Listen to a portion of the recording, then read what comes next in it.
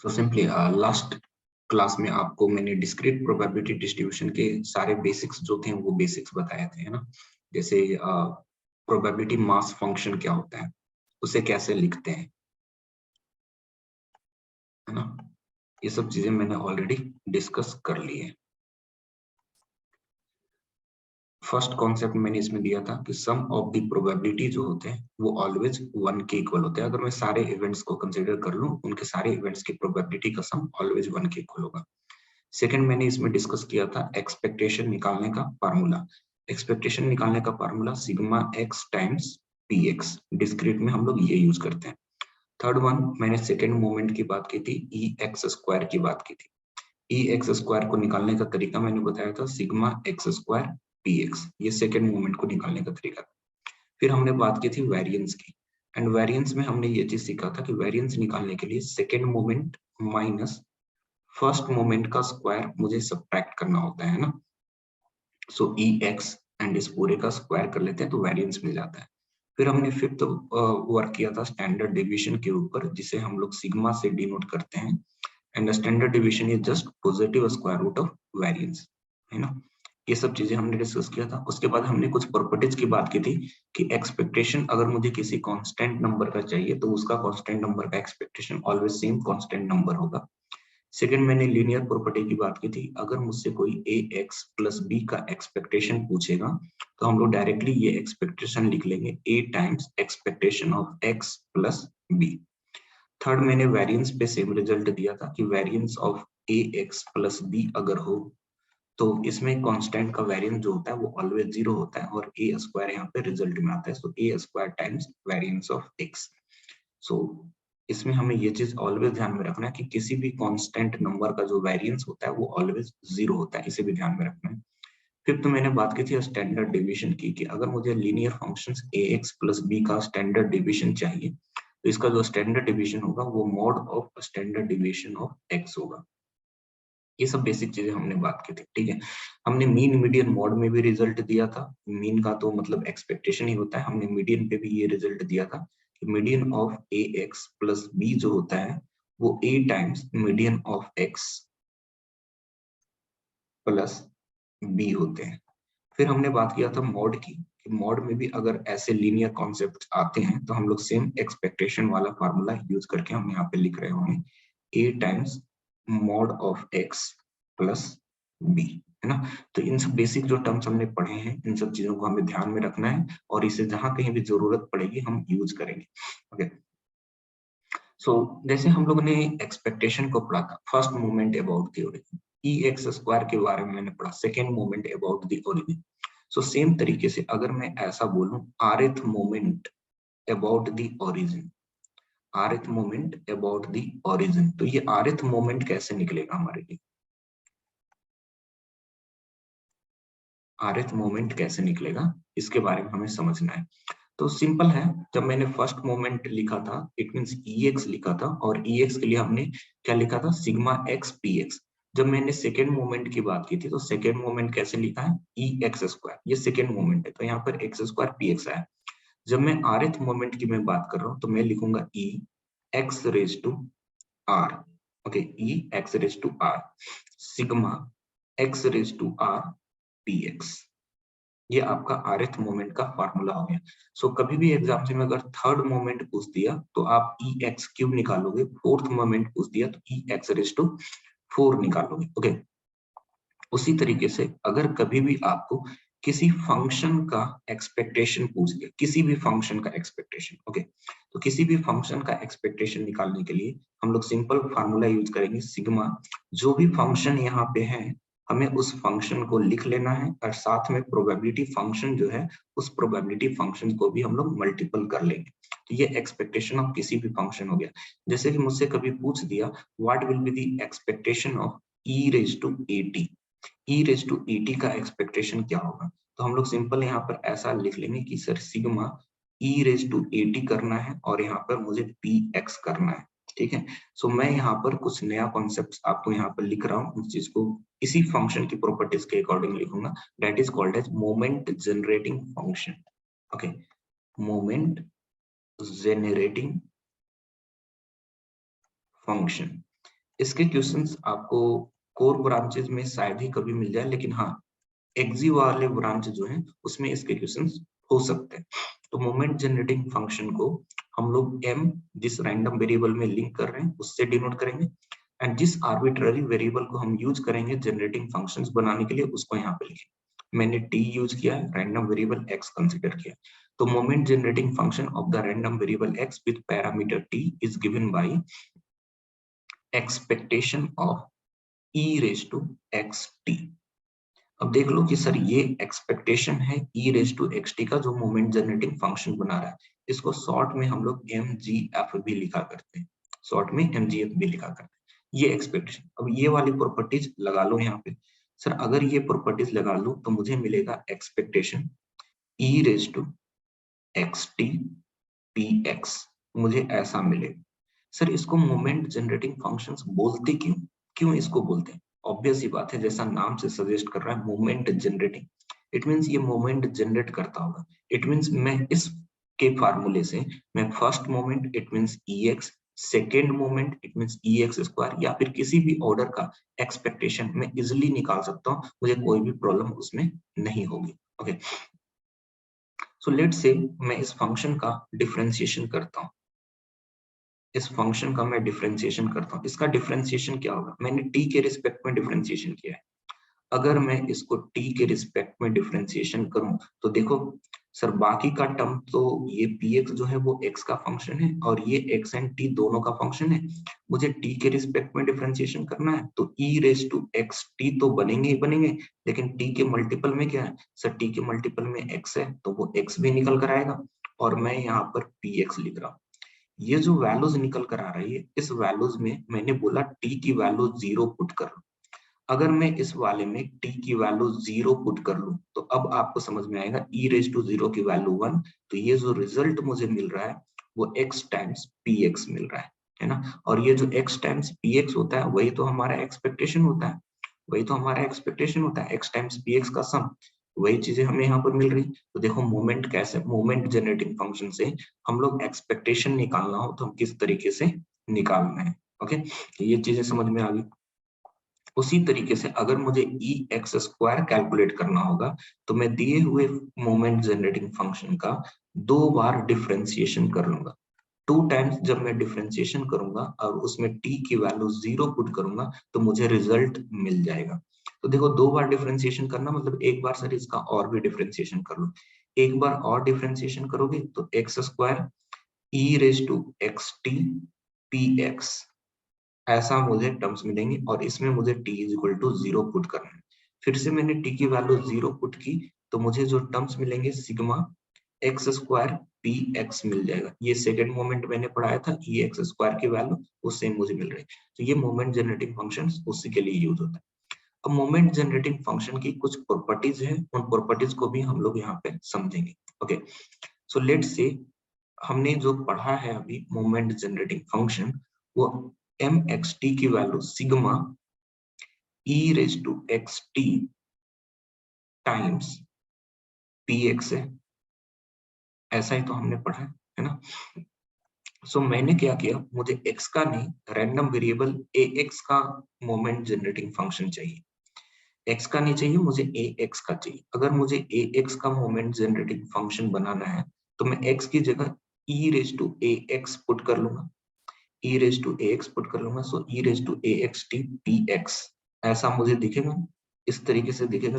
तो जब भी आपको ऐसे ऐसे टर्म्स दिखते हैं तो आपको उसी के रिलेवेंट यहाँ पे चेंज करना है। और अगर ax का मीन वैल्यू वाला जो फार्मूला जो हमने ऐसा बताया था expectation of ax plus b है ना, तो इसको आप यहाँ पर ax प्लस बी लिखोगे तो यहाँ पर भी ax प्लस बी बनेगा। फिर डिफरेंशिएशन करके चेक करोगे तो आपका वो वाला रिजल्ट जो हमने दिया है a times expectation of x plus b, ये प्रूफ हो जाएगा। हम लोग प्रूफ पे ज्यादा फोकस नहीं कर रहे क्योंकि मैंने वहां पर ऑलरेडी ये रिजल्ट दे दिया है आपको, जस्ट मैंने एक ऑब्जर्वेशन दे दिया, आप ऐसा करोगे तो वो प्रूफ हो जाएगा। ठीक है, अब ये हो गए बेसिक कॉन्सेप्ट सारे। अब क्वेश्चंस एग्जाम्स में जिस तरीके से आते हैं मैं उसके ऊपर वर्क करना स्टार्ट करता हूँ।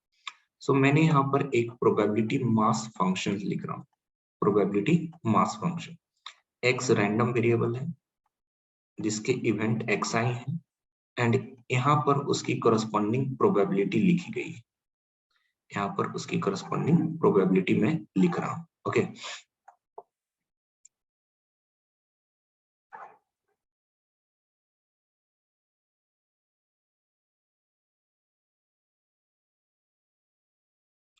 -3, -2, -1, 0, 1, 2, 3, k, 2k, k, 3k, k, 2k and k. To be a valid probability mass function, to be a valid probability mass function, the value of k is, k की मुझे वैल्यू बताइए जिसके लिए ये एक वैलिड प्रोबेबिलिटी मास फंक्शन हो। खुद से ट्राई कीजिए, काफी इजी क्वेश्चंस हैं और ऐसे क्वेश्चंस आपको गेट में दिखेंगे। तो आपको बताना है कि वैलिड प्रोबेबिलिटी मास फंक्शन होने के लिए k की वैल्यू कितनी होनी चाहिए। ट्राई कीजिए।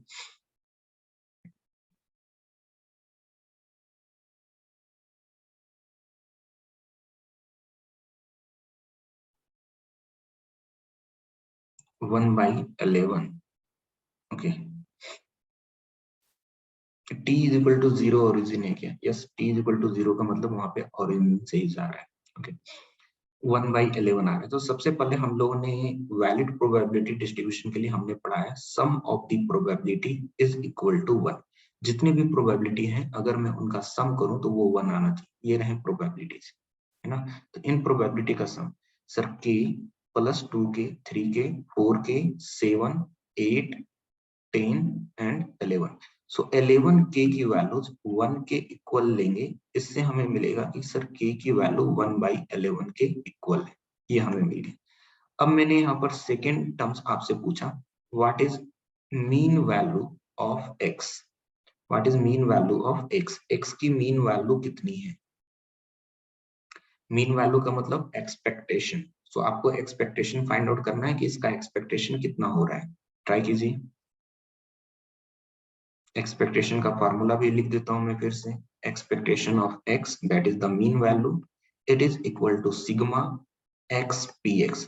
जो भी x है उसके कोरस्पॉन्डिंग उसकी प्रोबेबिलिटी से मल्टीपल करेंगे और ऐसे जितने भी मल्टीप्लीकेशन आएंगे उन सभी को ऐड कर लेंगे, वो हमारा एक्सपेक्टेशन देगा। फाइंड आउट कीजिए।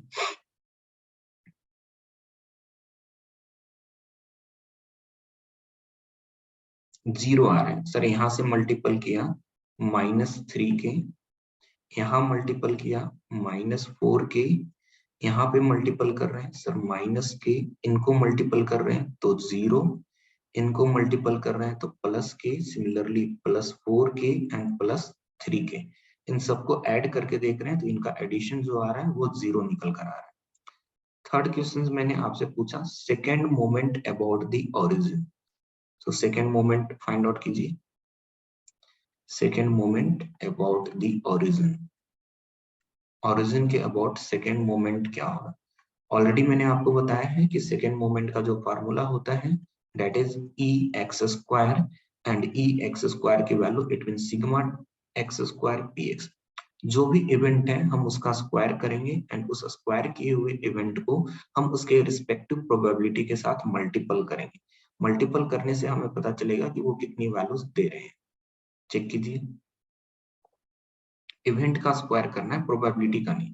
तो -3 का स्क्वायर करेंगे तो सर 9 आएगा, सो 9k प्लस -2 का स्क्वायर करेंगे तो 4 into 2 8, so it is 8k plus -1 का स्क्वायर करेंगे तो 1 into k that is k only, 0 into something that is 0 and similarly sir k and 8k and 9k ऐसा निकल कर आ रहा है। इन सभी को ऐड कर लीजिए, 36 के आ रहे हैं। k की वैल्यू कितनी थी भाई? सर k की वैल्यू 1/11 थी, तो मैं इसको 36 टाइम्स 1/11 ऐसा लिखूंगा, डेट इज 36/11 हमारा आंसर हो जाएगा।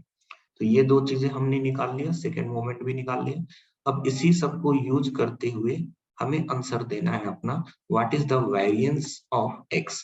x का वेरिएंस कितना होगा? दिए हुए क्वेश्चन में वेरिएंस निकालना है।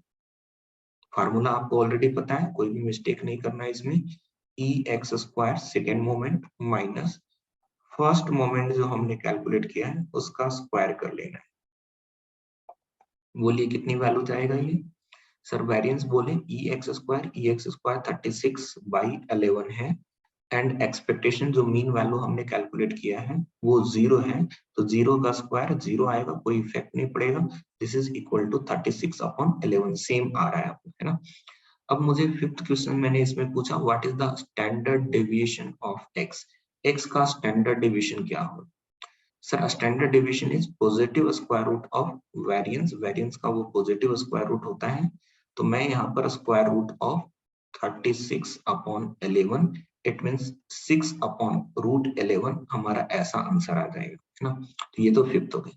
सिक्स्थ वाला what is the median, median कितना है इसका, मीडियन ऑफ एक्स, मीडियन कितना है इसका। देखो इनको मैं हाईलाइट कर देता हूँ क्योंकि बहुत कम लोग इन टॉपिक को पढ़ाते हैं, इसलिए इसके क्वेश्चंस आपको रेयरली किसी भी टेस्ट सीरीज वगैरह में दिखेगा। एग्जाम्स में आ गया तो रैंक डिसाइडिंग क्वेश्चन बन जाएंगे क्योंकि most of the people solve करके नहीं आएंगे। What is the median of x, probability functions में मीडियन निकालना है। तो मीडियन क्या करता है, कल हम लोगों ने पढ़ा था मीडियन क्या करता है। सर दिए हुए पूरे डेटा को वो 2 इक्वल पार्ट में डिवाइड करता है। ये पूरा डेटा है उसको 2 इक्वल पार्ट में डिवाइड करने के कारण ये जो पॉइंट होगा इसके पहले की प्रोबेबिलिटी कितनी होगी। ये अगर मीडियन है तो इस मीडियन के पहले की प्रोबेबिलिटी कितनी होगी और इस मीडियन के बाद की प्रोबेबिलिटी कितनी होगी। ये मीडियन क्या होता है, पूरे दिए हुए डेटा को 2 इक्वल पार्ट में डिवाइड कर देता है। अगर मैं उसको अरेंज कर लूं तो अरेंज करने के बाद हाफ ऑफ द डेटा इस साइड में होंगे, हाफ ऑफ द डेटा इस साइड में होंगे, तो मैं बोलूंगा सर 0.5 प्रोबेबिलिटी इधर है एंड 0.5 प्रोबेबिलिटी इधर है, 1/2 दोनों साइड में होंगे। तो अब अपने को मीडियन निकालने के लिए क्या करना है, उन चीजों को ऑब्जर्व करते हैं। सबसे पहला ऑब्जर्वेशन करना है कि क्या ये डेटा असेंडिंग ऑर्डर में अरेंज्ड है। Yes, this data are arranged in the ascending order. अब स्टार्ट कीजिए इसके साथ k की वैल्यू 1/11, इज इट 0.5 और लेस देन 0.5, ये 0.5 है या लेस देन 0.5 है। Sir less then 0.5। सो मैं आगे फिर से दूसरे टर्म पे जंप करता हूँ। दूसरे टर्म पे क्या है 2k, 2k मतलब 2/11। अगर मैं इन दोनों को भी ऐड कर दूं तो ये 0.5 या 0.5 से लेस हो रहा है, क्या हो रहा है ये सर अगेन लेस हो रहा है। तो मैं नेक्स्ट टर्म पे जंप किया, वहां पर मुझे 1/11 मिले हैं। इसको भी अगर मैं ऐड कर दूं तो इसको ऐड करने के बाद 4/11 हो रहा है। 4/11 इज अगेन लेस देन 0.5। सो मैं नेक्स्ट पे जंप किया, मैंने यहाँ पर लिखा 3/11। ओके 3/11। जब मैंने 3/11 यहाँ पे लिखा है तो 3 + 2 5 + 1 6 + 1 सर ये 7/11 हो गए। Is it more than 0.5, is it more than 0.5? सोचो, या 0.5 से ज्यादा है क्या, लेस है। यस मोर देन 0.5 हो गया। तो हमें ये चीज कंफर्म हुआ कि सर इसके पहले हम जब ऐड कर रहे थे तो ऐड करने के बाद लेस देन 0.5 मिल रहा था। हाउ एवर जब मैंने यहाँ से यहाँ तक ऐड किया है तो इसको ऐड करने के बाद ग्रेटर देन 0.5 आ गए। इट मीन्स ये वो वाला टर्म्स है, इसमें वो वाले टर्म्स इन्वॉल्व हैं जिसके कारण 0.5 आ रहा है ना। और ये वाली प्रोबेबिलिटी किसके कारण है सर, ये वाली प्रोबेबिलिटी 0 के कारण है। तो हम लोग यहाँ पर जो बोलेंगे मीडियन 0 निकल कर आ गया, मीडियन इज 0। ओके ध्यान में रखिएगा स्टूडेंट्स, बहुत बड़ी वाली गलती यहाँ पर करते हैं कि वो मीडियन इससे डिसाइड करते हैं। प्रोबेबिलिटी वाले क्वेश्चन में हम मीडियन इससे डिसाइड नहीं करेंगे, हम प्रोबेबिलिटी को भी इन्वॉल्व करेंगे। क्योंकि ये टर्म्स प्रोबेबिलिटी क्या बताता है, ये बता रहा है कि वो वाले टर्म्स कितनी बार रिपीट कर रहा है, कितनी बार रिपीट कर रहा है वो ये चीज बताते हैं। ये 1 टाइम रिपीट कर रहा होगा, ये 2 टाइम्स, ये 1 टाइम, ये 3 टाइम, ये 1 टाइम, ये 2 टाइम्स, ये 3 टाइम्स। पहले हमने भी एक्स से किया था, है ना। पहले आपने एक्स से किया था, लेकिन अब हमें प्रोबेबिलिटी वाले क्वेश्चंस में हमें प्रोबेबिलिटी को ध्यान में रखना है। देखो मैं सेम क्वेश्चंस को यहाँ पर अनदर एग्जांपल में मैं आपको कराने की कोशिश कर रहा हूँ।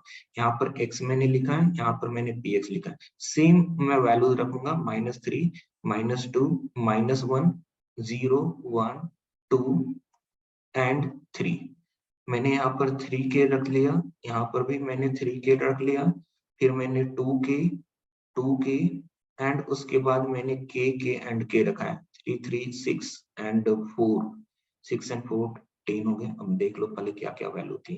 3k एंड 2k 2 टाइम्स है, ओके 2k 2 टाइम्स है एंड k 4 टाइम्स है, ओके।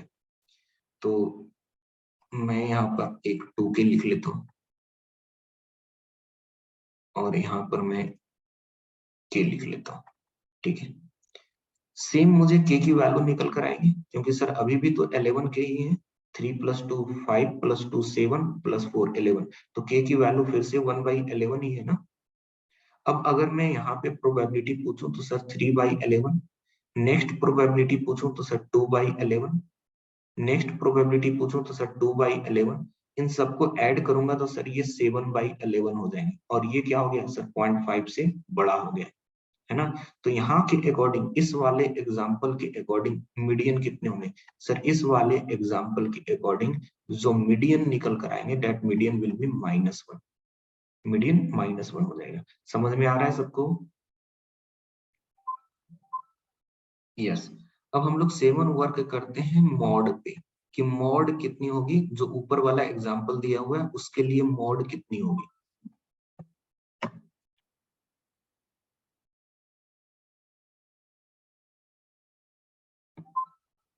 बोलिए मॉड कितना होगा सर। मॉड हम उस टर्म्स को बोलते थे जो सबसे ज्यादा टाइम रिपीट करता था। सबसे ज्यादा टाइम्स कौन रिपीट करेगा सर, जिसकी प्रोबेबिलिटी सबसे ज्यादा होगी वो सबसे ज्यादा टाइम रिपीट करेगा। जो सबसे ज्यादा टाइम रिपीट करेगा उसकी प्रोबेबिलिटी क्या होगी, सबसे ज्यादा होगी। इट मींस इस क्वेश्चन के अकॉर्डिंग जो मॉड निकल कर आएगा वो मॉड 0 निकल कर आएगा, वो मॉड 0 निकल कर आएगा। अच्छा, इस वाले क्वेश्चंस के अकॉर्डिंग, इस वाले क्वेश्चंस के अकॉर्डिंग मॉड कितने होंगे, what will be the mod for this question.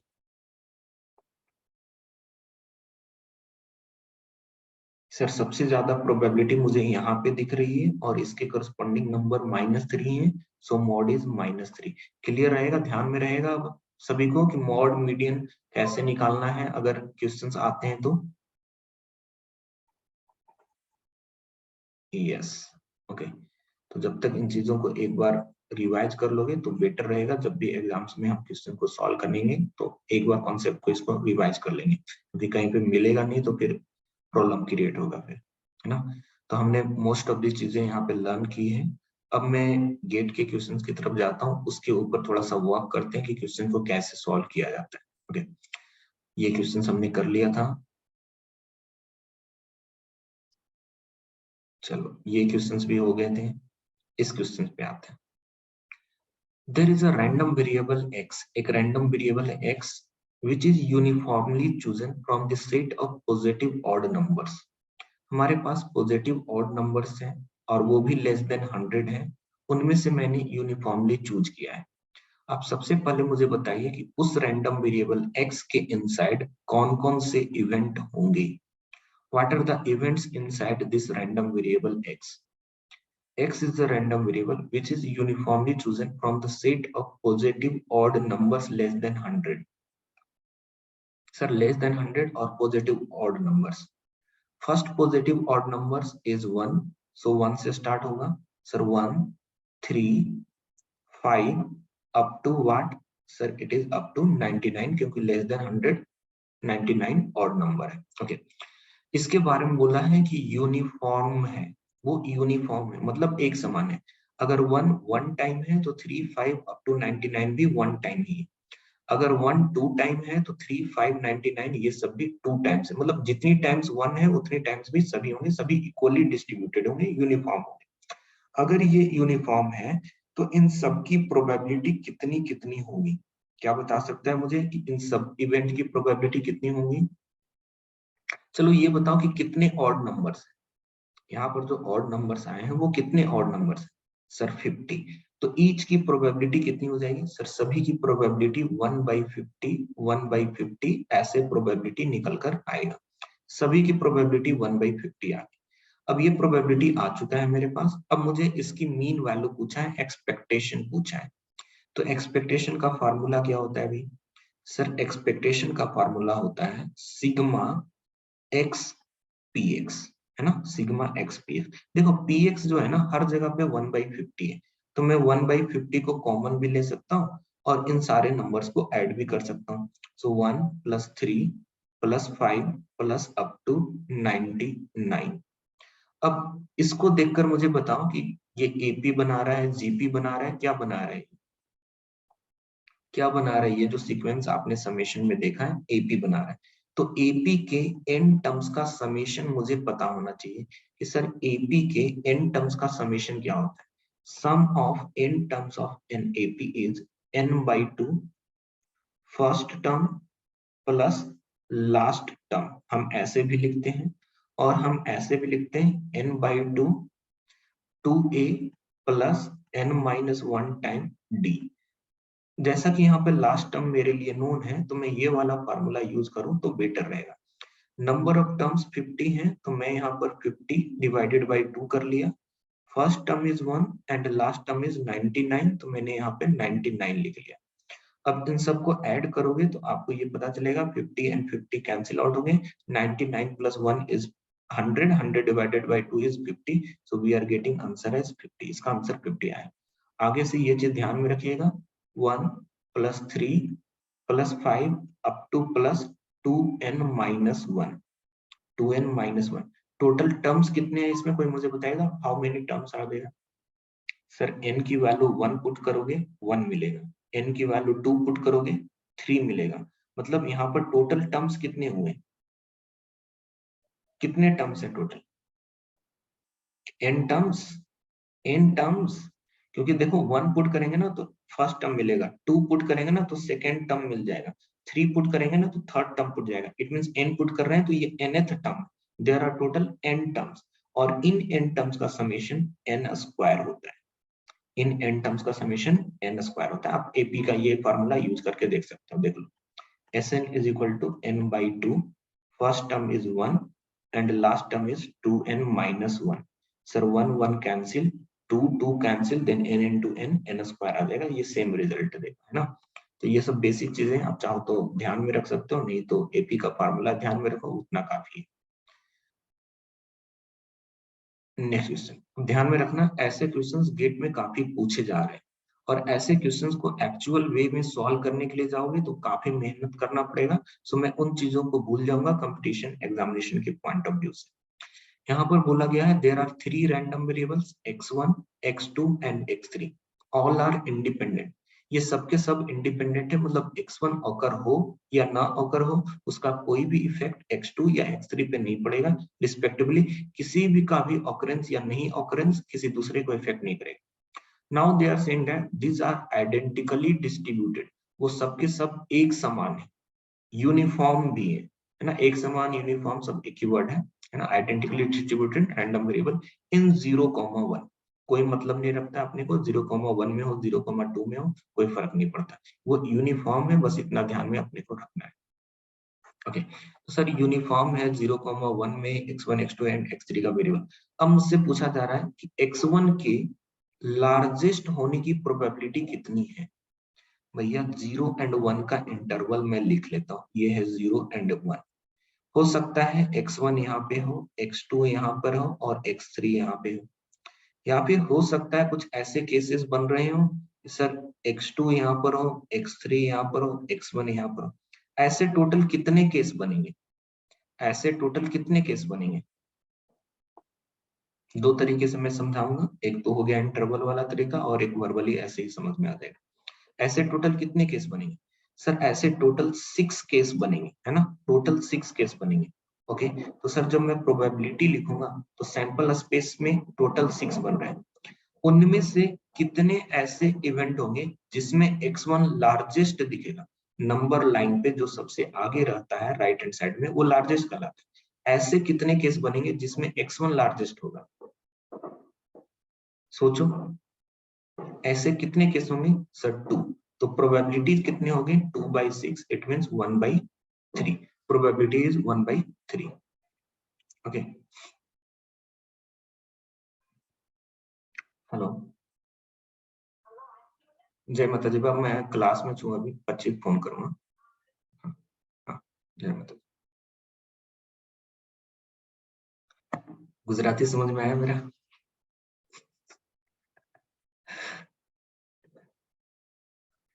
देखा, बिहार का आदमी गुजराती बोल रहे हैं। Probability is equal to 2/6 is equal to 1/3। मैंने बोला माँ प्रणाम, मैं आपको बाद में कॉल करता हूँ, अभी मैं क्लास ले रहा हूँ, मैंने ये बोला।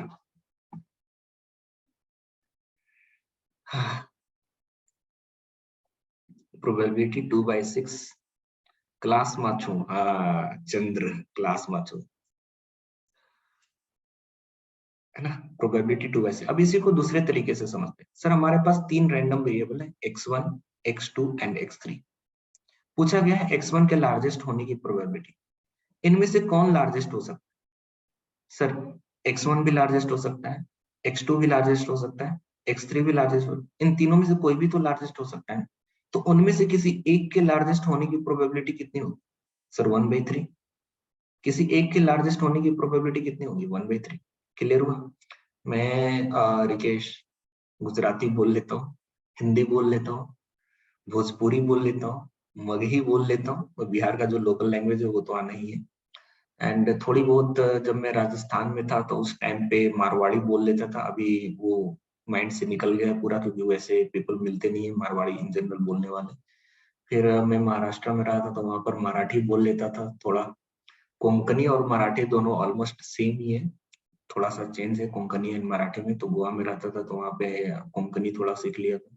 काय रे काय झाला तुम्ही हा, सांग रे मला। तो वही है थोड़ी, अब तो हैबिट नहीं रही है उतनी बोलने की। तो जैसे जैसे लैंग्वेज ऐसी चीज है ना, जब तक आप कंटिन्यूअस बोलते नहीं रहोगे तब तक वो आएगा नहीं, है ना। तो वही इफेक्ट है और कुछ नहीं। समझ में आ गया सबको ये क्वेश्चन? किसी एक के लार्जेस्ट होने की प्रोबेबिलिटी। अगर आपसे ये भी पूछता x1 के स्मॉलेस्ट होने की प्रोबेबिलिटी, तो आप क्या बोलते? x1 के स्मॉलेस्ट होने की प्रोबेबिलिटी भी पूछता तो आप क्या बोलते?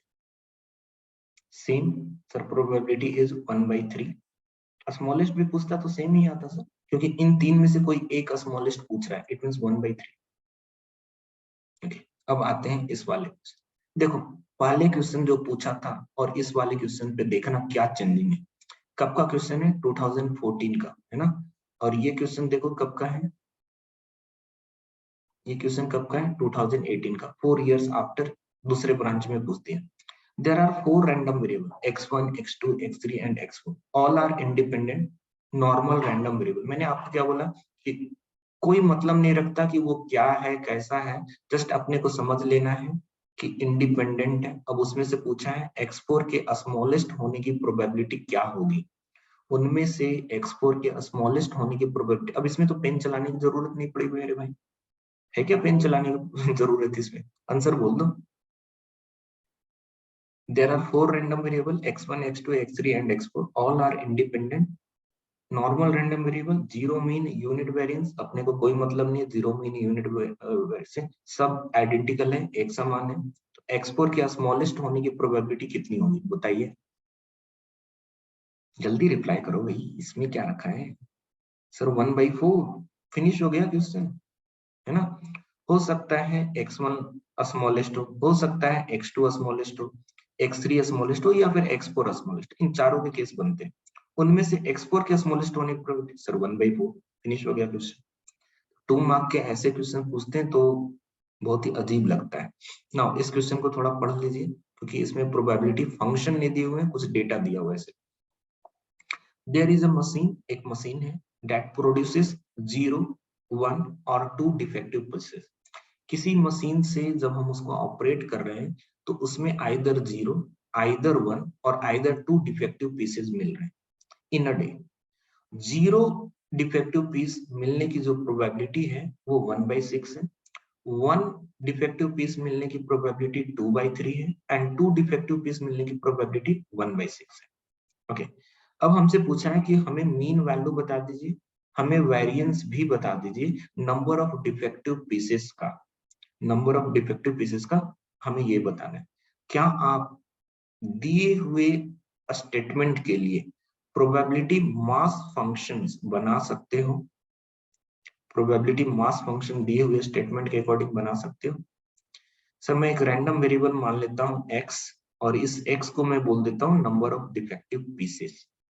कितने डिफेक्टिव पीसेस की बात हो रही? सर आइदर 0, आइदर 1 और आइदर 2। इसके करस्पॉन्डिंग प्रोबेबिलिटी भी क्वेश्चंस में दिया हुआ है। Probability is 1/6, 2/3 and 1/6। मुझे चेक कर लेना चाहिए कि क्या इन सबका समेशन 1 आ रहा है। अगर 1 आ रहा है तो ये वैलिड होगी, अगर 1 नहीं आ रहा है तो क्वेश्चन ही रॉन्ग हो जाएगा। ठीक है, सो अगर मैं इन सबको ऐड करके देखूं, दिस इज 4/6, 1/6, 1/6, 6/6 हो गया, 6/6 इज इक्वल टू 1। तो सर ये valid probability density function, probability mass function है। अगर वैलिड है तो मैं इसकी मीन वैल्यू फाइंड आउट करता हूँ, और मीन वैल्यू को एक्सपेक्टेशन नाम देते हैं। तो एक्सपेक्टेशन होता है sigma x P x. Find out करके बताइए कितना आया ये sigma x P x. Sir mean value जब हम यहाँ पर कैलकुलेट कर रहे हैं तो x में मैं रिस्पेक्टिव प्रोबेबिलिटी से मल्टीपल करूंगा, ये 0 हो गया, इन दोनों को मल्टीपल किया तो 2/3 एंड इन दोनों को मल्टीपल किया तो 1/3। सो ये 3/3 बन रहा है, डेट इज 1। तो सर मीन वैल्यूज 1 निकल कर आ गए। मुझे सेकेंड टर्म पूछा गया है वेरिएंस निकालने के लिए। वेरिएंस निकालने, सर वेरिएंस निकालने के लिए मुझे सेकंड मोमेंट की जरूरत पड़ेगी। सो ये तो हो गया हमारा first answer. Second answer variance निकालने के लिए मुझे सेकंड मोमेंट की जरूरत पड़ेगी। सेकंड मोमेंट जो होता है sigma X square P x होते हैं। तो एक्स यहाँ पर रहा, पी एक्स यहाँ पर रहा, पहले एक्स का स्क्वायर करना है, उसके बाद उसके रिस्पेक्टिव प्रोबेबिलिटी में मल्टीपल करनी है। कीजिए और फाइनल आंसर बताइए कितना आ रहा है इसका। सर 0 का स्क्वायर 0 इंटू 1/6, 0। 1 का स्क्वायर 1 इंटू 2/3, अगेन 2/3, प्लस 2 का square 4, 4 into 1/6, 4/6, 4/6, 4/6 it mean 2/3। So 2/3 plus 2/3 it is 4/3। हमसे पूछा गया था सेकेंड क्वेश्चन में वेरिएंस निकालने के लिए। तो वेरिएंस का फॉर्मूला आपके पास ऑलरेडी होता है, second moment minus first moment का स्क्वायर, फर्स्ट मोमेंट का स्क्वायर। सर सेकेंड मोमेंट कितने हैं? 4/3। Second moment is 4/3 minus first moment का स्क्वायर। फर्स्ट मोमेंट इज 1, 1 का स्क्वायर करेंगे तो 1 आएगा। सो 4/3 माइनस 1 इज 1/3। इसमें सिर्फ माइनर कैलकुलेशन मिस्टेक कर सकते हो, वरना इस पूरे प्रोबेबिलिटी टॉपिक्स में कहीं पर भी आपको कोई भी प्रॉब्लम नहीं होगा। प्रैक्टिस करनी जरूरी है, क्योंकि माइनर मिस्टेक ही करोगे, प्लस माइनस में गलतियां होंगी। ना इस क्वेश्चन पे आइए, इस क्वेश्चन में आइए। There is a fair die with faces 1 2 3 4 5 6। Die है जिसके फेसेस 1 2 3 4 5 6 है। Thrown repeatedly till 3 is observe for the first time. हमें तब तक रोल करते जाना है जब तक कि मुझे फर्स्ट टाइम 3 ऑब्जर्व ना हो जाए, जब तक कि मुझे फर्स्ट टाइम 3 ऑब्जर्व ना हो जाए। ओके, एक्स जो डिनोट कर रहा है, एक्स के बारे में बोला गया है number of times the die is thrown, मतलब वो रैंडम वेरिएबल पहले से डिसाइड कर चुका है कि रैंडम वेरिएबल में क्या कंसीडर करना है। रैंडम वेरिएबल में मुझे वो नंबर कंसीडर करना है जितने टाइम्स मैंने डाइस को थ्रो किया है। अब मुझसे पूछा है कि उसकी एक्सपेक्टेशन बता दो, एक्सपेक्टेशन कितनी होगी। सर अगर मैं फर्स्ट टाइम डाइस को रोल करूं और मैं यहाँ पर इवेंट लिख रहा हूं, तो हो सकता है वो हेड आ गया हो, मैं यहीं पे स्टॉप कर जाऊंगा। मुझे सेकेंड टाइम टॉस करने की जरूरत कब पड़ेगी? सॉरी हेड नहीं लिखेंगे यहाँ पर, 3 के बारे में बोला गया है, तो मैं 3 लिख लेता हूँ। मैंने बोला 3 इज ऑब्जर्व, सो मैंने सोचा कि 3 आ गया, तब तो सर फर्स्ट टाइम में 3 आ गया, मुझे रुक जाना चाहिए। दूसरा केस क्या हो सकता है कि सर वहां पे 3 नहीं आए। जब 3 नहीं आएगा तो मुझे सेकेंड टाइम रोल करने की जरूरत पड़ेगी। सेकेंड टाइम रोल करेंगे, मुझे 3 आ गया, मैं यहाँ पे रुक गया। मुझे थर्ड टाइम रोल करने की जरूरत कब पड़ेगी, जब मुझे फर्स्ट 2 टाइम्स में 3 नहीं आता तो मैं थर्ड टाइम रोल करूंगा। उसी तरीके से फोर्थ टाइम रोल करने की जरूरत कब पड़ेगी, जब फर्स्ट 3 टाइम्स में मुझे 3 नहीं आता तो फोर्थ टाइम के लिए हम करेंगे। और ये प्रोसेस कंटिन्यूअस चलेगा। आप लोगों ने भी लूडो खेला होगा, कितनी बार ऑब्जर्व किया होगा कि आपने बार बार थ्रो कर रहे हैं, बार बार थ्रो कर रहे हैं, लेकिन आपसे 6 नहीं आ रहा है। सेम चीजें यहाँ पर अप्लाई हो रही है। मैं बार बार थ्रो कर रहा हूँ, मैं ये चेक कर रहा हूँ 3 आ गया, देन गुड, नहीं आया तो क्या कंडीशन बनी। अब ये इवेंट है, इस इवेंट के करस्पॉन्डिंग प्रोबेबिलिटी क्या हो, किसी डाई को रोल करने पे 3 आने की प्रोबेबिलिटी कितनी। सर 3 आने की प्रोबेबिलिटी 1/6।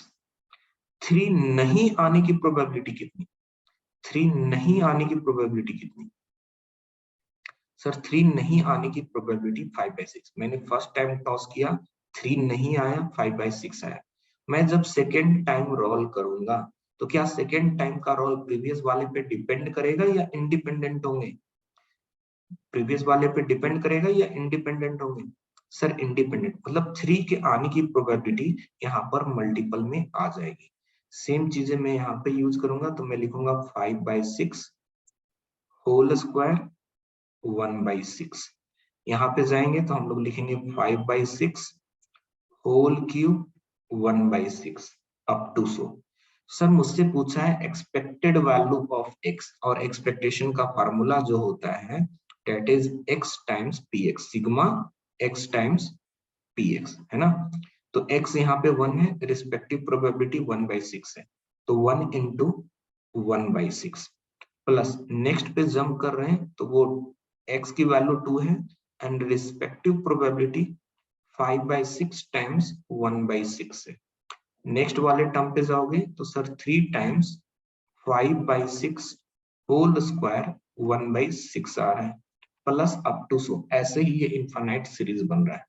इस सीरीज को पहचान कर बताओ कि ये कौन सा सीरीज है, एपी जीपी या कोई और, कैसा सीरीज है ये।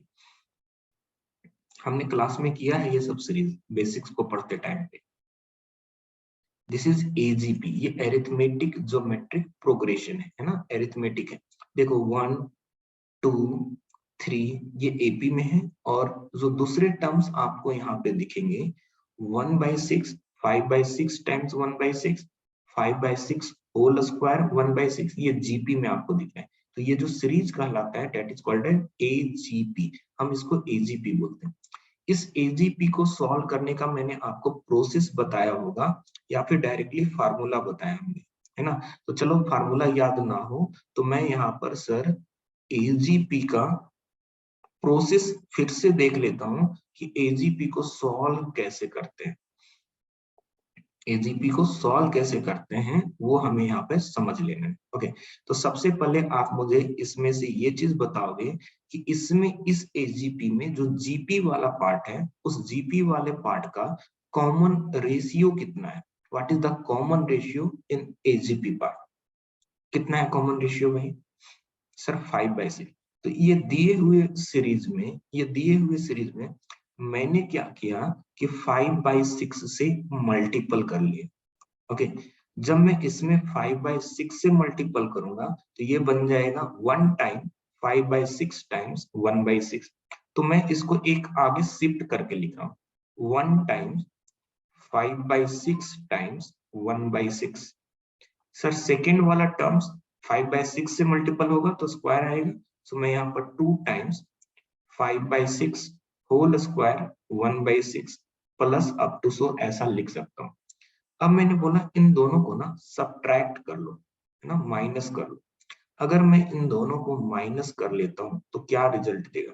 सर EX और ये 1 minus 5/6, 1 minus 5/6 is 1/6, so we are getting 1/6 times EX is equal to, यहाँ पे तो 0 है तो बचा 1/6 plus 2 times minus 1 time, sir 1 time, so 5/6 times 1/6 plus 3 times minus 2 times, sir 1 time, 5/6 whole square 1/6। अब जो आपको राइट हैंड साइड में ये सीरीज दिख रहा है, ये सीरीज कैसा बचा अब ये क्या ये सीरीज जीपी है? ओके, एंड इस जीपी का कॉमन रेशियो कितना है? सेम रहेगा 5/6। जीपी का कॉमन रेशियो 5/6। क्या ये इनफाइनेटली मेनी टर्म्स हैं? क्या ये इनफाइनेटली मेनी टर्म्स हैं? तो जीपी के इनफाइनेटली मेनी टर्म्स का summation a upon 1 minus r होता है। इसका फर्स्ट टर्म क्या है? 1/6, तो मैंने यहाँ पर लिख लिया 1/6 अपॉन 1 माइनस कॉमन रेशियो 5/6। अब सोचो कि इसको सॉल्व किया तो ये वैल्यूज निकल कर आ रहे हैं 1, क्योंकि 1/6 डिवाइडेड बाई 1/6 वो 1 होता है। तो इट मीन्स इन सबको सॉल्व करने के बाद मुझे मिल रहा है 1/6 times EX is equal to 1. It simply means that कि जो एक्सपेक्टेशन होगा वो 6 के इक्वल होगा, 6 के इक्वल होगा।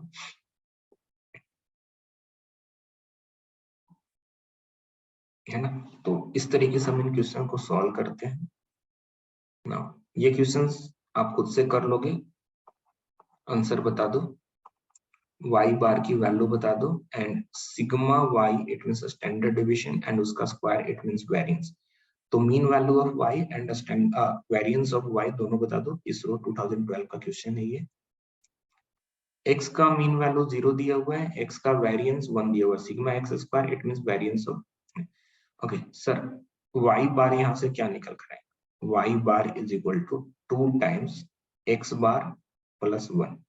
x बार की वैल्यू 0 है, तो यहाँ पे 0 पुट करोगे, y बार की वैल्यू कितनी होगी? 1। तो सर y बार की वैल्यू 1 है। Sigma y square, sir variance of y it means variance of y is equal to 2x plus 1. It will be 4 times 2 का square 4 times variance of x बन जाएगा। x का variance कितना दिया हुआ है? 1, तो ये रिजल्ट कितने दे दिए? 4। बहुत ही सिंपल क्वेश्चन था ये। चलो इस क्वेश्चन का आंसर बताओ। If the difference between the expectation of square of random variable that is ex square and the square of expectation of the random variable that is ex whole square is denoted by r। बोल रहा है कि मैं r एक terms बोल रहा हूं जो ex square minus ex whole square के इक्वल है। सर ये क्या है actually? This is nothing but variance of x। तो वेरिएंस क्या होता है? Sir variance is always greater than equal to 0। It means r is always greater than equal to 0। Answer is c. चलो इसको पढ़ो। अच्छा, मुझे ये चीज बताना थोड़ा सा कि अगर मैं 2 डाइस को रोल करूं, इस क्वेश्चन को समझाने के पहले मैं थोड़े फंडामेंटल डाइस का फिर से क्लियर करना चाहता हूं। हमारे पास 2 डाइस है 6 फेसेस वाले, 6 फेसेस वाले 2 डाइस हैं अपने पास। इन दोनों ही डाइस को मैंने रोल किया और मैंने आपसे पूछा कि सम जो आने चाहिए वो सम 6 आने चाहिए।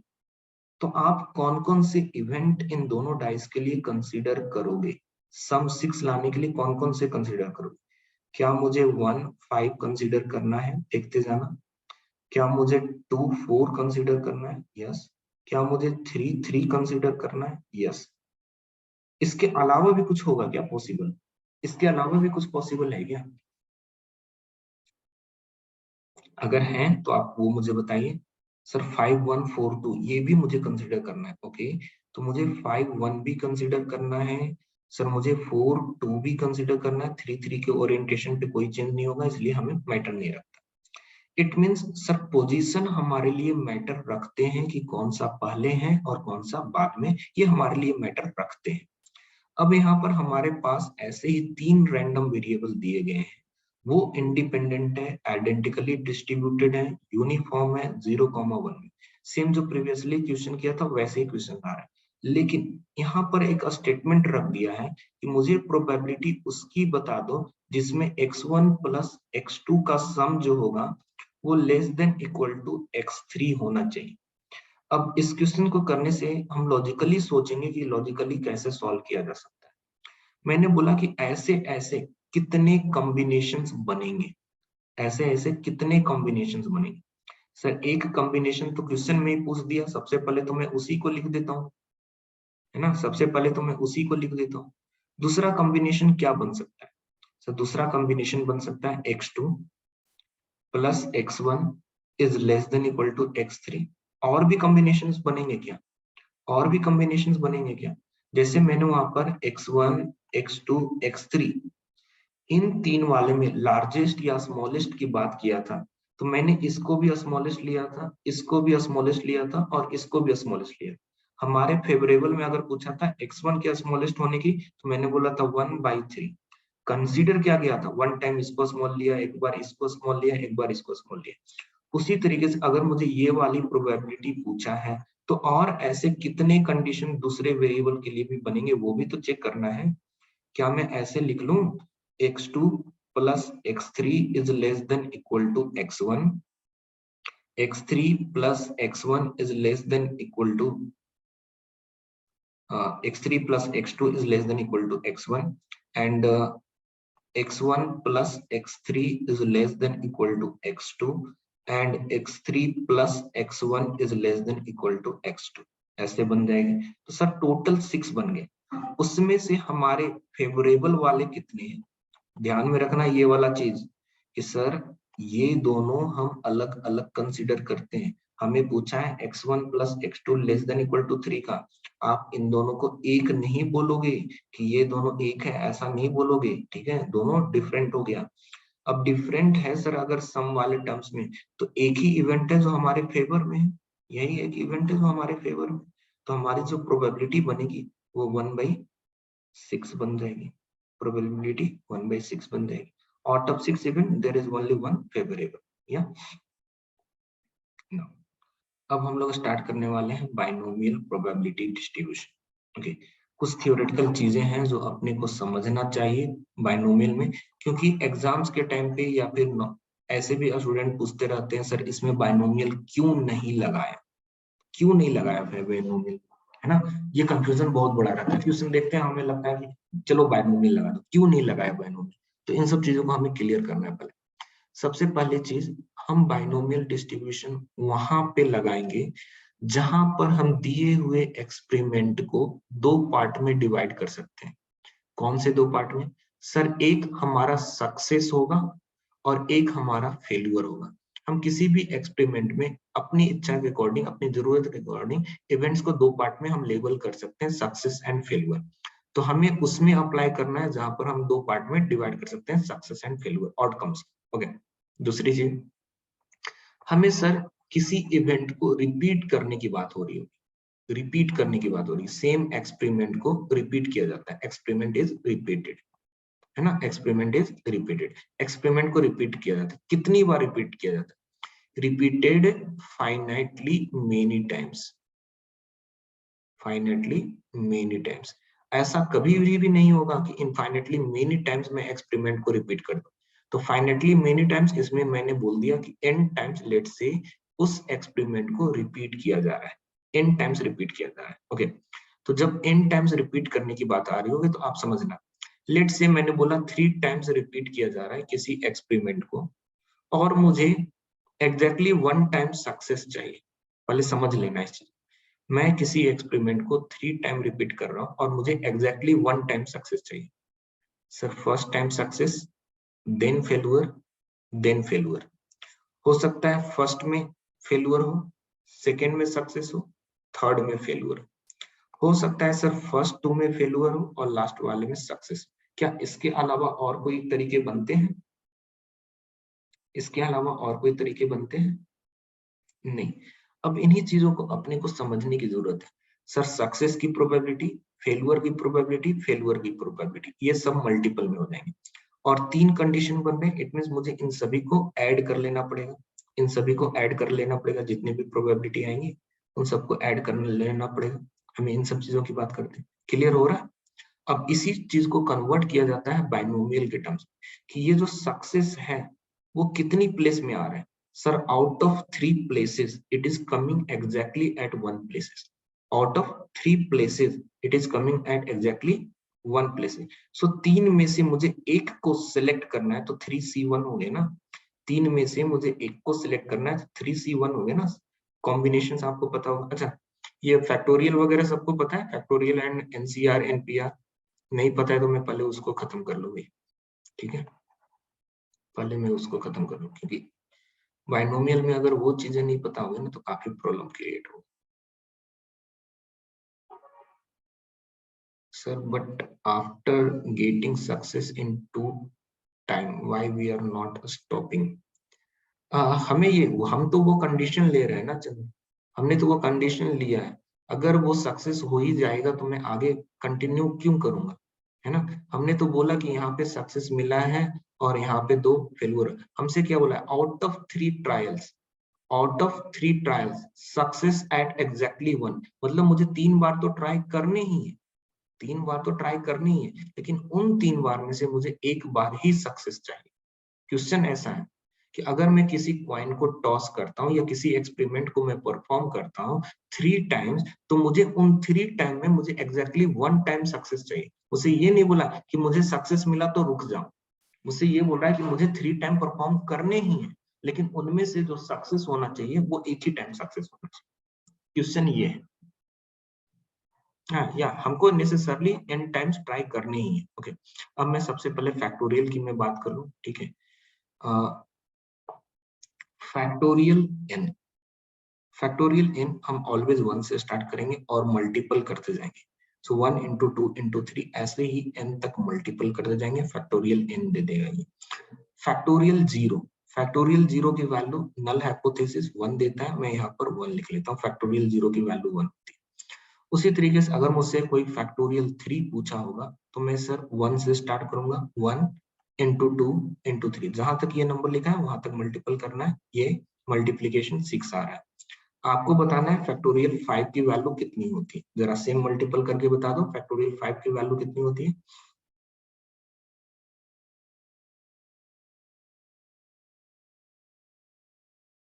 One 120। Sir 1 into 2 into 3 into 4 into 5 is equal to 120, ये 120 आएगा। दूसरी चीज हम लोग बात कर रहे हैं यहाँ पर एन सी आर का, इसी को समटाइम्स ऐसे ब्रैकेट में एन आर लिख लिया जाता है, ऐसे ब्रैकेट में एन आर, इसका भी मतलब एनसीआर ही हुआ। इसकी वैल्यू जो होती है वो actually factorial n upon factorial N minus are factorial r इसके इक्वल होती है।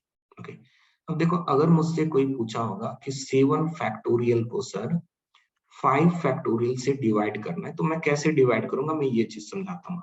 देखो फैक्टोरियल 7 का मतलब क्या हुआ, 1 2 3 4 5 6 7, एंड फैक्टोरियल 5 का मतलब क्या हुआ सर, 1 2 3 4 5, तो मैं इन दोनों को कैंसिल करूंगा ना, बचा क्या 6 7। तो मैं आगे से क्या कोशिश करूंगा कि मैं ऐसा ऑब्जर्वेशन बनाऊंगा कि 5 यहाँ पर है, यहाँ पे फैक्टोरियल 7 है, यहाँ पे फैक्टोरियल, तो 5 तक तो कैंसिल आउट हो जाएगा, तो बचा क्या सर, बचा 6 एंड 7, ये दे देगा 42। तो ऐसे जब फैक्टोरियल डिवीजन में रहेंगे तो आप जल्दी से कैलकुलेशन करने के लिए आप ऐसे कुछ कैलकुलेशन किया करोगे। ओके, अब आपको बताना है कि एन सी जीरो की वैल्यू कितनी होगी। सर एन सी जीरो की वैल्यू, ये फॉर्मूला यूज कीजिए sir, factorial n upon factorial n minus 0, that is factorial n only. Next factorial r, यहाँ पर r की वैल्यू 0 है, इट मींस फैक्टोरियल 0। हमने ये चीज बोल रखा है कि फैक्टोरियल 0 की वैल्यू 1 होती है। सर ये कैंसिल, ये कैंसिल, ये 1, तो ये nc 0 की वैल्यू 1 होगी। हमेशा ध्यान में रखेंगे nc 0 की वैल्यू 1 होती है। ओके, अगर मैं आपसे पूछूं nc1 की वैल्यू कितनी होगी, sir factorial n divided by factorial n minus 1 times factorial 1। Factorial 1 की वैल्यू भी कितनी होगी, सर फैक्टोरियल 1 का मतलब क्या हो गया, सर 1 को ही मल्टीपल करना है अपने को, तो 1 फैक्टोरियल 1 की वैल्यू 1 हो जाती है, तो सर ये 1 हो गया। अब देखो n माइनस 1, ये फैक्टोरियल n जो लिखा है वो 1 2 3 up to n minus 1 into n आएगा, और ये n माइनस 1 तक, तो सर n माइनस 1 तक कैंसिल होने के बाद ऊपर में क्या बचेगा, सिर्फ n, तो nc1 की जो वैल्यू है वो n के इक्वल आती है, nc1 की वैल्यू n के इक्वल आती है, वैसे यहाँ पर nc0 की वैल्यू 1 के इक्वल आई है। ओके, अगर मैं आपसे पूछूं NC2 की वैल्यू, तो उसकी वैल्यूज निकल कर आएगी n times n-1 divided by 2, है ना। कैलकुलेशन करोगे तो ऐसे ही वैल्यू आएगी। लास्ट वन, सर NCN की वैल्यू कितनी होगी? NCN की वैल्यू कितनी होगी? NCN की वैल्यू कितनी? सर NCN की वैल्यू भी 1 निकल कर आएगी ना। तो ये सब हो गए फैक्टोरियल वगैरह और कॉम्बिनेशंस वगैरह के टर्म्स जो मैं आपको समझाना चाहता था कि कभी भी बाइनोमियल में आए तो हमें यूज कर लेना है। अब बाइनोमियल को यूज करने के लिए सबसे पहले मैं क्या क्या कंडीशन बोला कि एक तो सक्सेस एंड फेल्यूर में सारे आउटकम्स को हम डिवाइड कर पाएंगे, तभी बाइनोमियल्स को हम लिखेंगे, बाइनोमियल यूज कर पाएंगे। दूसरी मैंने बताया कि कोई भी एक्सपेरिमेंट को अगर n टाइम्स रिपीट किया जा रहा हो तो मैं उसमें बाइनोमियल यूज कर सकता हूँ, प्रोवाइडेड दैट जितने बार भी आपने एक्सपेरिमेंट को रिपीट किया है वो सारे एक्सपेरिमेंट इंडिपेंडेंट होने चाहिए। जैसे एग्जाम्पल के तौर पे मैं समझाता हूँ इंडिपेंडेंट और डिपेंडेंट क्या हो रहा है। एक बैग है, there is a bag, okay.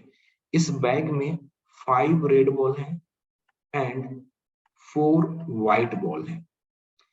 इस बैग से रेड बॉल के ड्रॉ करने की प्रोबेबिलिटी कितनी होगी, बताएंगे आप? इस बैग से रेड बॉल के ड्रॉ करने की प्रोबेबिलिटी कितनी होगी? Sir total red balls are 5 and total balls are 9, so probability is 5/9।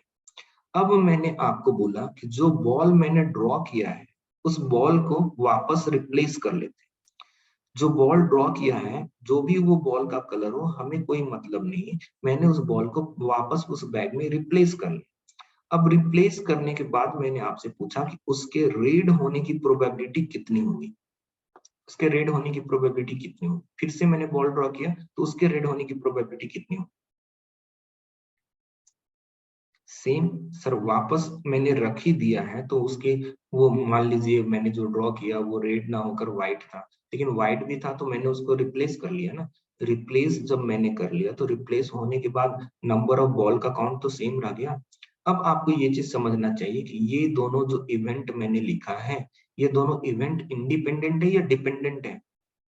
ये इवेंट इंडिपेंडेंट है या डिपेंडेंट है? Sir independent, independent, okay. अब दूसरी चीजें मैं समझा रहा हूँ उसको भी समझ लीजिए। सर बैग था, उस बैग के अंदर में 5 रेड बॉल्स हैं एंड 4 व्हाइट बॉल है, ठीक है। अगर मैं इस बैग से एक बॉल को ड्रॉ करता हूं तो वो बॉल रेड भी हो सकता है और वो बॉल व्हाइट भी हो सकता है, दोनों में से कोई भी हो सकता है ना। वो रेड भी हो सकता है और वो क्या हो सकता है, व्हाइट भी हो सकता है। तो उसके रेड होने की प्रोबेबिलिटी कितनी होगी? उसके रेड होने की प्रोबेबिलिटी कितनी होगी? सर रेड होने की प्रोबेबिलिटी हो जाएगी 5/9। व्हाइट होने की प्रोबेबिलिटी कितनी होगी? सर 4/9। अब मैंने बोला कि मैंने बॉल को रिप्लेस नहीं किया है, मैंने बॉल को रिप्लेस नहीं किया है। अगर मैं बॉल को रिप्लेस ना करूं, यहाँ पर मैंने किसको ड्रॉ किया है? रेड को। मैं बॉल को रिप्लेस ना करूं तो अब कितने रेड बॉल्स हैं? अब कितने रेड बॉल्स हैं? सर 4। अगर 4 रेड बॉल्स हैं तो यहाँ पर अगेन रेड बॉल को ड्रॉ करने की प्रोबेबिलिटी कितनी होगी? अगेन रेड बॉल को ड्रॉ करने की प्रोबेबिलिटी कितनी होगी? नहीं, 4/8, है ना। क्योंकि एक बॉल को तो मैंने ऑलरेडी ड्रॉ कर लिया, मैंने ये नहीं बोला उसको रिप्लेस किया है। यहाँ पर मैंने रिप्लेस किया था, यहाँ पर मैंने रिप्लेस नहीं किया है, ओके। अब मैं अगर आपसे पूछूं व्हाइट बॉल होने की प्रोबेबिलिटी कितनी है? व्हाइट बॉल होने की प्रोबेबिलिटी कितनी है?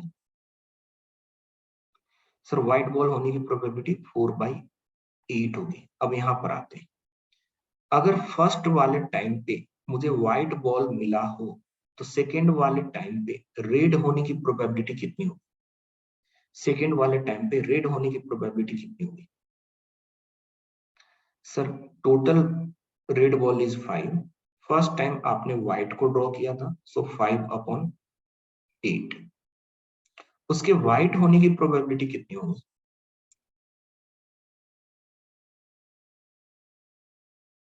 सर 4/8, 4/8। देखो, अब इससे क्वेश्चन कैसे कैसे बनते हैं डिपेंडेंट वाले, ये चीज सुनो। अगर मैं आपसे ऐसे क्वेश्चन पूछ दूं, a ball is drawn at random from a bag containing 5 red ball and 4 white ball. Without replacement, again a ball is drawn. Again a ball is drawn. अच्छा 4/8 white एक बार और ड्रॉ कर लिया तो ये 3/8 होगा ना. white तो ऑलरेडी ड्रॉ हो गया था, 3/8 होगा. Okay. A ball is drawn at random from the bag. It is given that ball is red. It is given that ball is red. What will be the probability? What will be the probability that the next ball is white? White होने की probability कितनी होगी? ना first वाला red है, ये दिया हुआ है, तो सेकंड वाले के व्हाइट होने की प्रोबेबिलिटी कितनी होगी? तो भैया चेन रूल की तरह से अप्लाई कर लेंगे. फर्स्ट में मुझे क्या चाहिए? रेड. दूसरे में क्या चाहिए sir? White. 5/9 into 4/8 divided by conditional probability है ना, गिवन क्या था? 5/9.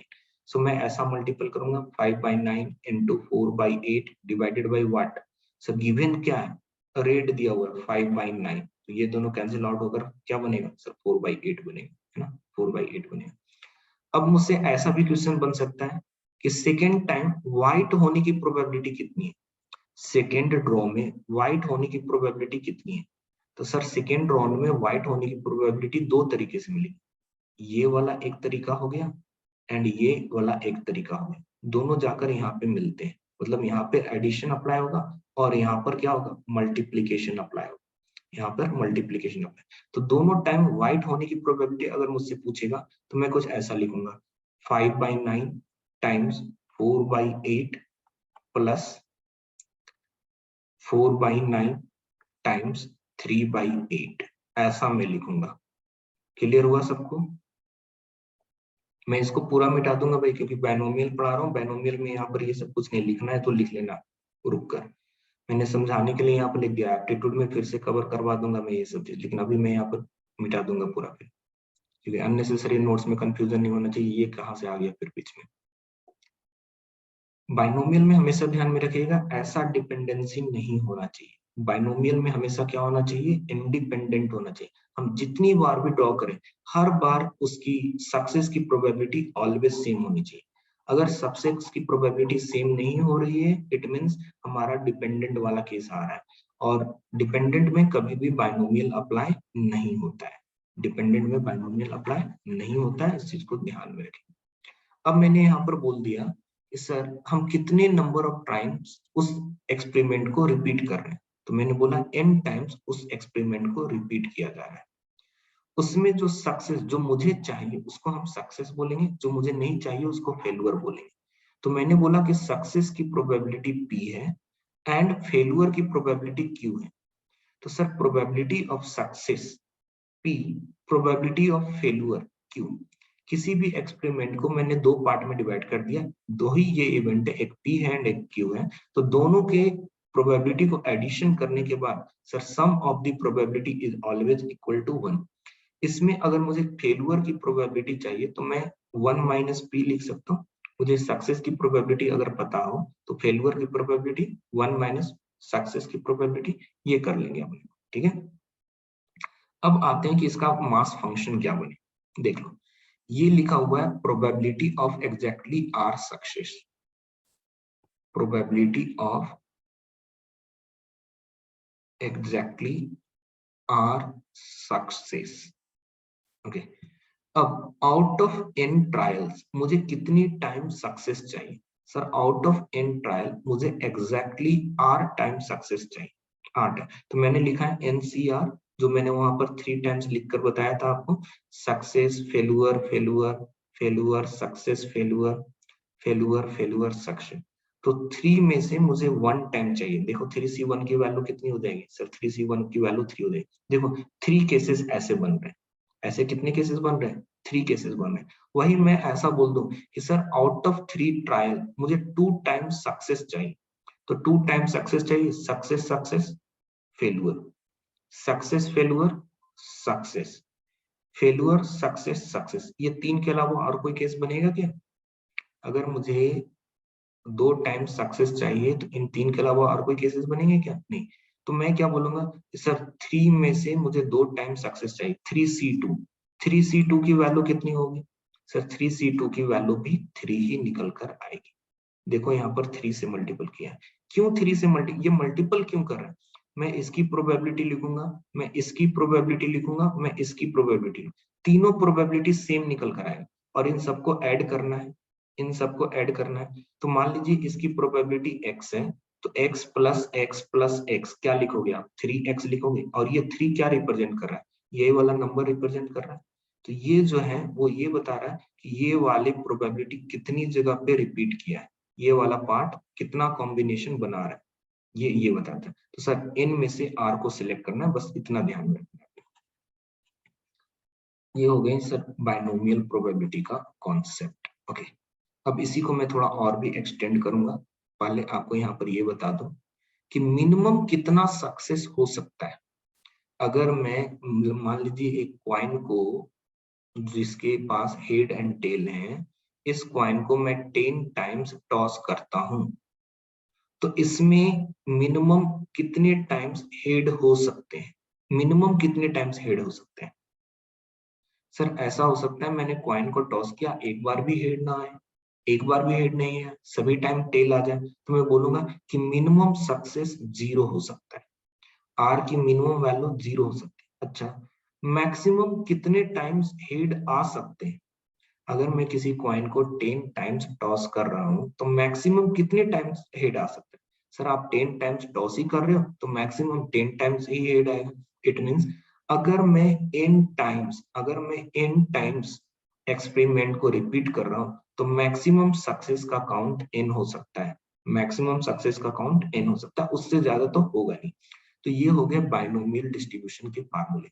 आप मुझे ये बताएंगे, ये जो बाइनोमियल प्रोबेबिलिटी का फंक्शन लिखा हुआ है, ये डिस्क्रीट है या कंटिन्यूअस है? दिस इज डिस्क्रीट और कंटिन्यूअस? डिस्क्रीट सर, ऑब्वियस सी बात है ना, रैंडम वेरिएबल कैसी वैल्यू ले रहा है, 0 1 2 अप टू n, तो सर ये डिस्क्रीट होगा। तो ये डिस्क्रीट फंक्शन होता है, प्रोबेबिलिटी फंक्शन होता है, ये अपने को ध्यान में रखना। थोड़ी सी कैलकुलेशंस में यहाँ पर और भी आपको बताऊंगा बाइनोमियल के लिए। बाइनोमियल में हमने अभी पढ़ा कि एग्जैक्टली आर सक्सेस का जो फार्मूला है, that formula is NCR P raised to R Q raised to n minus R।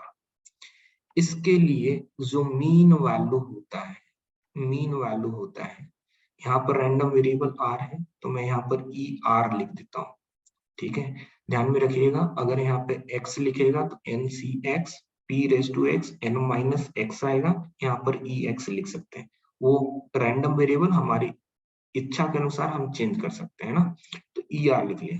ER की वैल्यू n into P होती है। n is number of trial, P is probability of success, P is probability, ये mean value देगा। अब हमारा concern ये है कि ये आया कहाँ से।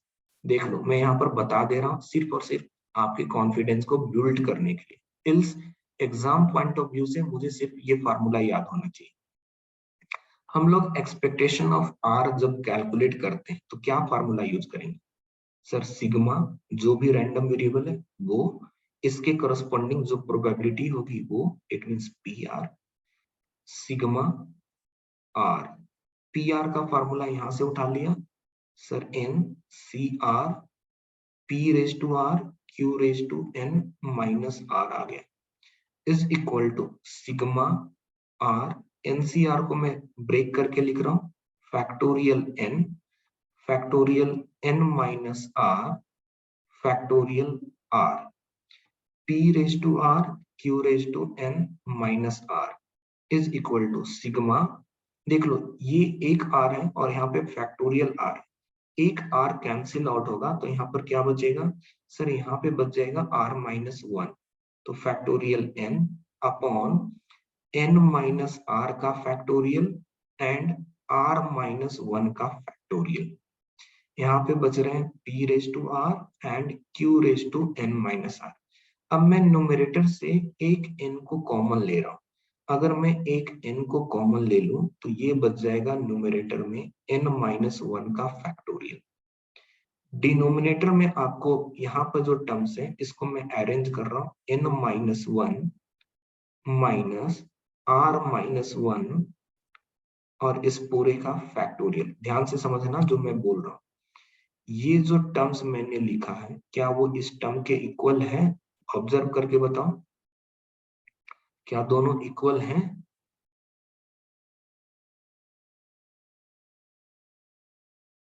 n minus R, n minus one minus are minus minus plus one, तो minus one plus one cancel out होकर n माइनस आर ही तो बनाएगा। दोनों कैंसिल आउट होकर n माइनस आर ही तो बनाएगा, बाकी से टर्म सेम है। फिर मैंने क्या किया, इसके ऊपर भी r माइनस वन रख दिया। r minus one it mean मैंने एक p को भी कॉमन ले लिया, एक p को भी मैंने कॉमन ले लिया। यहाँ पर भी मैंने अरेंज कर लिया। ये अरेंजमेंट जो है वो बन रही है n minus one minus are minus one की। अब आप ऑब्जर्व करोगे ये np है और ये वाला टर्म क्या है सर, ये वाला टर्म है n minus one c r minus one, p raise to r minus one, q raise to n minus one minus r minus one. अब आपको ये चीज दिख रहा है कि n माइनस वन ऑब्जर्वेशन में, n माइनस वन ट्रायल में मुझे r माइनस वन सक्सेस चाहिए। अगर इसी को आप सोच लो, ये जो लिखा हुआ है इसमें मैं आपसे ऐसा पूछ लेता what is sigma p r, आप क्या वैल्यू बताते?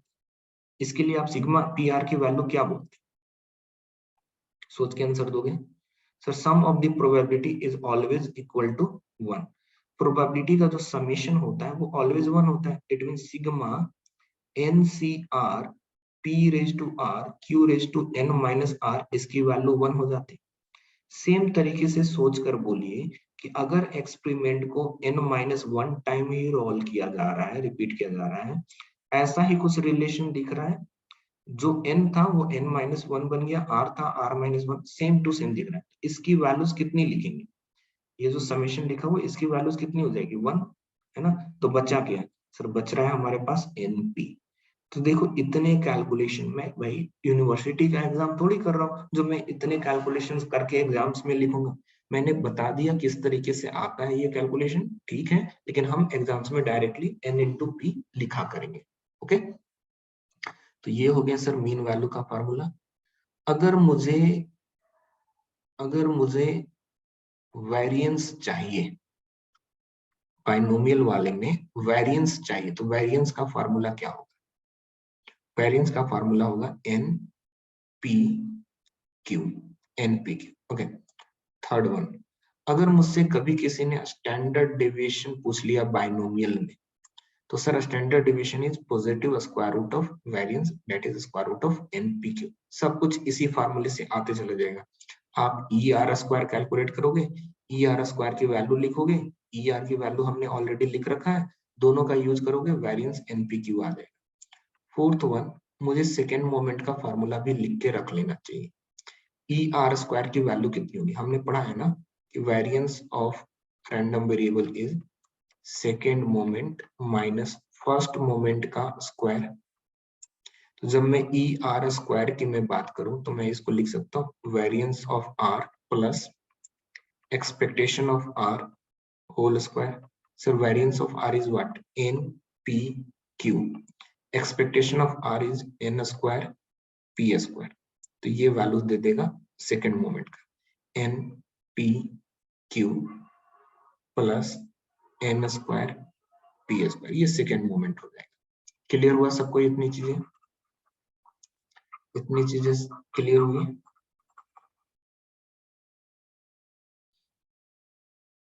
Yes, okay. इसमें एक कॉन्सेप्ट और है, उसको मैं थोड़ा कराता हूँ। पहले मैं अभी तक जितने कॉन्सेप्ट पढ़े हैं उसके अकॉर्डिंग क्वेश्चन करना सीखेंगे, उसके बाद हम लोग दूसरे कॉन्सेप्ट को पढ़ेंगे।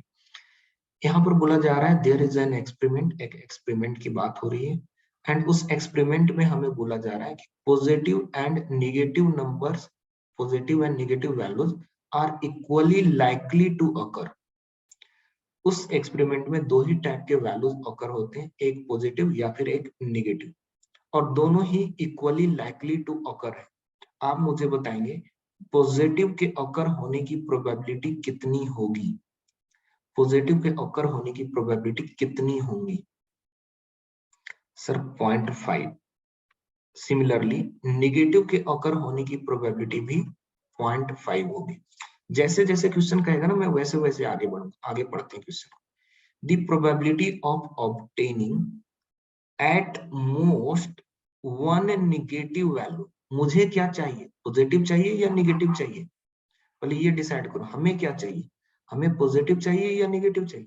सर मुझे नेगेटिव वैल्यू चाहिए, मुझे नेगेटिव वैल्यू चाहिए। तो जो मुझे चाहिए वो हमें सक्सेस दिलाएगा, जो मुझे चाहिए वो मुझे सक्सेस दिलाएगा। तो सक्सेस की प्रोबेबिलिटी मैं पी से डिनोट करता हूं, और पी की वैल्यूज पी निगेटिव से मिलेगा, और निगेटिव की प्रोबेबिलिटी 0.5 है, निगेटिव की प्रोबेबिलिटी 0.5, तो मुझे पी मिल गया। अगर पी की वैल्यू 0.5 है तो क्यू की वैल्यू कितनी होगी, क्यू की वैल्यू कितनी होगी? सर क्यू की वैल्यू भी 0.5 ही होगी। तो पी एंड क्यू हमें डिसाइड हो गया कि किस तरीके से आ रहा है। मैं इतने डिटेल में इसलिए बोल रहा हूँ क्योंकि अगर ऐसा क्वेश्चन में दे दिया होता कि पॉजिटिव आने की प्रोबेबिलिटी 0.3 है एंड नेगेटिव आने की प्रोबेबिलिटी 0.7 है, तो आपके क्वेश्चन में सक्सेस नेगेटिव के अकॉर्डिंग डिसाइड करते हैं, तो आंसर डिफरेंट होता है। इसलिए मैं इतने डिटेल में बता रहा हूँ। सो कभी भी आंख बंद करके ऐसे नहीं लिख लेना है आपने को, ठीक है? सो जो बोला गया उसके अकॉर्डिंग हम देंगे। अब आप क्वेश्चंस को रीड करके बताओगे कि इस एक्सपेरिमेंट को कितनी बार ट्राई किया गया है, कितनी बार ट्राई किया गया है? सर 5 टाइम्स ट्राई किया गया। और मुझे उसमें से कितनी टाइम सक्सेस चाहिए, मुझे कितनी टाइम सक्सेस चाहिए? एटमोस्ट वन, एग्जैक्टली वन नहीं, एटमोस्ट वन। एटमोस्ट वन का मतलब क्या हुआ? ज्यादा से ज्यादा वन। इट मीन्स आर की वैल्यू जो लिखी हुई है, यहाँ पर मैं डिटेल में लिखता हूं तो ध्यान में रहेगा। एट मोस्ट वन, तो एट मोस्ट वन का मतलब क्या हो गया कि आर की value less than equal to one है, less than equal to one है। आर की value less than equal to one. अब मैं प्रोबेबिलिटी लिख रहा हूं P R less than equal to one की। ओके सर, लिख लेंगे, ऐसा कोई प्रॉब्लम नहीं है। जब मैं ये चीज लिख रहा हूं तो मुझे ये चीज समझना चाहिए कि सर डिस्क्रीट प्रोबेबिलिटी है, और आर की वैल्यू कैसे थी? 0 1 2 3 अप टू सो। तो मैं इसी को लिख सकता हूँ P0 plus P1। Out of 5 trial we are looking for 0 success. So मैं यहाँ पर लिखूंगा 5C0 success to the power 0। एक भी सक्सेस नहीं चाहिए पी पे पावर 0। तो जब एक भी सक्सेस नहीं चाहिए तो आउट ऑफ 5 सबके सब फेल्यूर होंगे। मैंने यहाँ पर 5 लिख लिया। प्लस आउट ऑफ 5 मुझे एक सक्सेस चाहिए, 5C1। मुझे एक सक्सेस चाहिए, पी वन टाइम है, सक्सेस वन टाइम है। अगर सक्सेस वन टाइम है तो फेल्यूर कितने टाइम होगा? 4 टाइम होगा, है ना? सारी वैल्यूज आपके सामने दी हुई है, क्या आप खुद से सॉल्व कर लोगे आगे? हो जाएगा?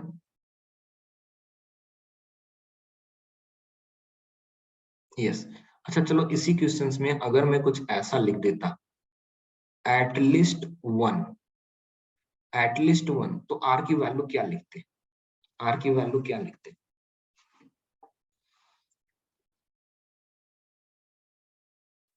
एटलीस्ट वन मतलब आर की वैल्यू वन और या फिर वन से ज्यादा है। आर की वैल्यू वन या वन से ज्यादा है, R is greater than equal to one. It means P R greater than equal to one चाहिए। R greater than equal to one कहां तक जाना है सर? मैक्सिमम कहां तक हो सकता है? 5 तक हो सकता है। इट मीन्स मुझे प्रोबेबिलिटी चाहिए होंगे, मुझे निकालना चाहिए होंगे सर P1 निकाल लो, P2 निकाल लो, P3 निकालो, सर P4 भी निकालना पड़ेगा, P5 भी निकाल। काफी टाइम कंज्यूम हो रहा है। अगर मैं यहाँ पे 20 लिख देता तब तो सर बहुत सारे कैलकुलेशन करने पड़ते। तो ऐसे वाले में हम लोग कॉम्प्लीमेंट्री फंक्शन का यूज करते हैं। कॉम्प्लीमेंट्री फंक्शन कैसे यूज होगा? देखो, one minus r greater than equal to one is equal to one minus p. इस वाले पार्ट को हटा दो तो क्या बचेगा?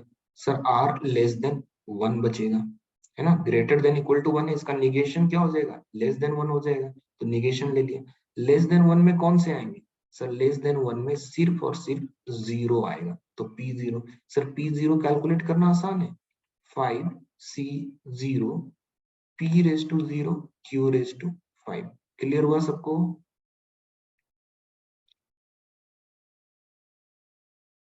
ऐसे कॉन्सेप्ट ध्यान में रखेंगे, बायनोमियल में समटाइम्स बहुत ही क्रिटिकल हो जाते हैं, हमें ध्यान में रखना है।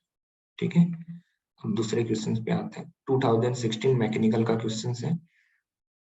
In this question, they are saying that probability that a screw manufactured by a company is defective is 0.1. Defective की प्रोबेबिलिटी, जो जो बोला गया हम उसी लैंग्वेज में लिखते चले जाएंगे। डिफेक्टिव की प्रोबेबिलिटी 0.1 है। The company sells a screws in a packet containing 5 screw. वो 5 स्क्रू वाले पैकेट की है और वो गारंटी देता है रिप्लेसमेंट की। वो गारंटी देता है रिप्लेसमेंट की if only one or more screws in the packet are found to be defective. अगर एक से ज्यादा, एक या एक से ज्यादा स्क्रू डिफेक्टिव रहा तभी वो रिप्लेसमेंट करेगा। The probability that a packet would have to be replaced होने की प्रोबेबिलिटी कितनी होगी? तो भैया यहाँ पर आप बताओ कि कितनी बार ट्रायल किया जा सकता है। 5 स्क्रू अगर पैकेट में है तो कितनी बार आप ट्राई कर सकते हो? Sir maximum 5 times. मैंने एक को निकाला, दो को निकाला, तीसरी बार निकाला, 5 टाइम ट्राई कर सकते हो। मुझे रिप्लेस कब करना है? मुझे रिप्लेस कब करना है? जब डिफेक्टिव होगी। रिप्लेस कब करना है? जब डिफेक्टिव होगी। इट मींस हमारा सक्सेस का प्रोबेबिलिटी कहां से मिलेगा? सर हमारे सक्सेस की प्रोबेबिलिटी डिफेक्टिव की प्रोबेबिलिटी से मिलेगा। डिफेक्टिव की प्रोबेबिलिटी से मिलेगा जो कि 0.1 है। अब मुझे रिप्लेस करने के लिए पूछा गया तो probability for replaced is equal to, sir out of 5 कितने मिलने चाहिए? आउट ऑफ 5 कितने मिलने चाहिए जिससे कि रिप्लेस कर लें? सर अगर एक या एक से ज्यादा मिला, अगर एक या एक से ज्यादा डिफेक्टिव पीस मिला तो मैं बोलूंगा कि मुझे रिप्लेस कर लेना। If one or more screw is defective then replaced. P R is greater than equal to 1। क्या मैं इसको ऐसा लिख सकता हूँ? 1 minus P R less than 1। Sir less than 1 में कौन से आएंगे? 0 आएंगे। P R is equal to 0। 1 minus 5c 0 p raise to 0 q raise to 5। Sir 1 5c0 की वैल्यू 1 होती है। p रेज टू 0 सर 1 होगा तो बचा क्या? q raise to 5। q क्या है? सर q p की वैल्यू 0.1 तो इससे q की वैल्यू कितनी? सर 0.9।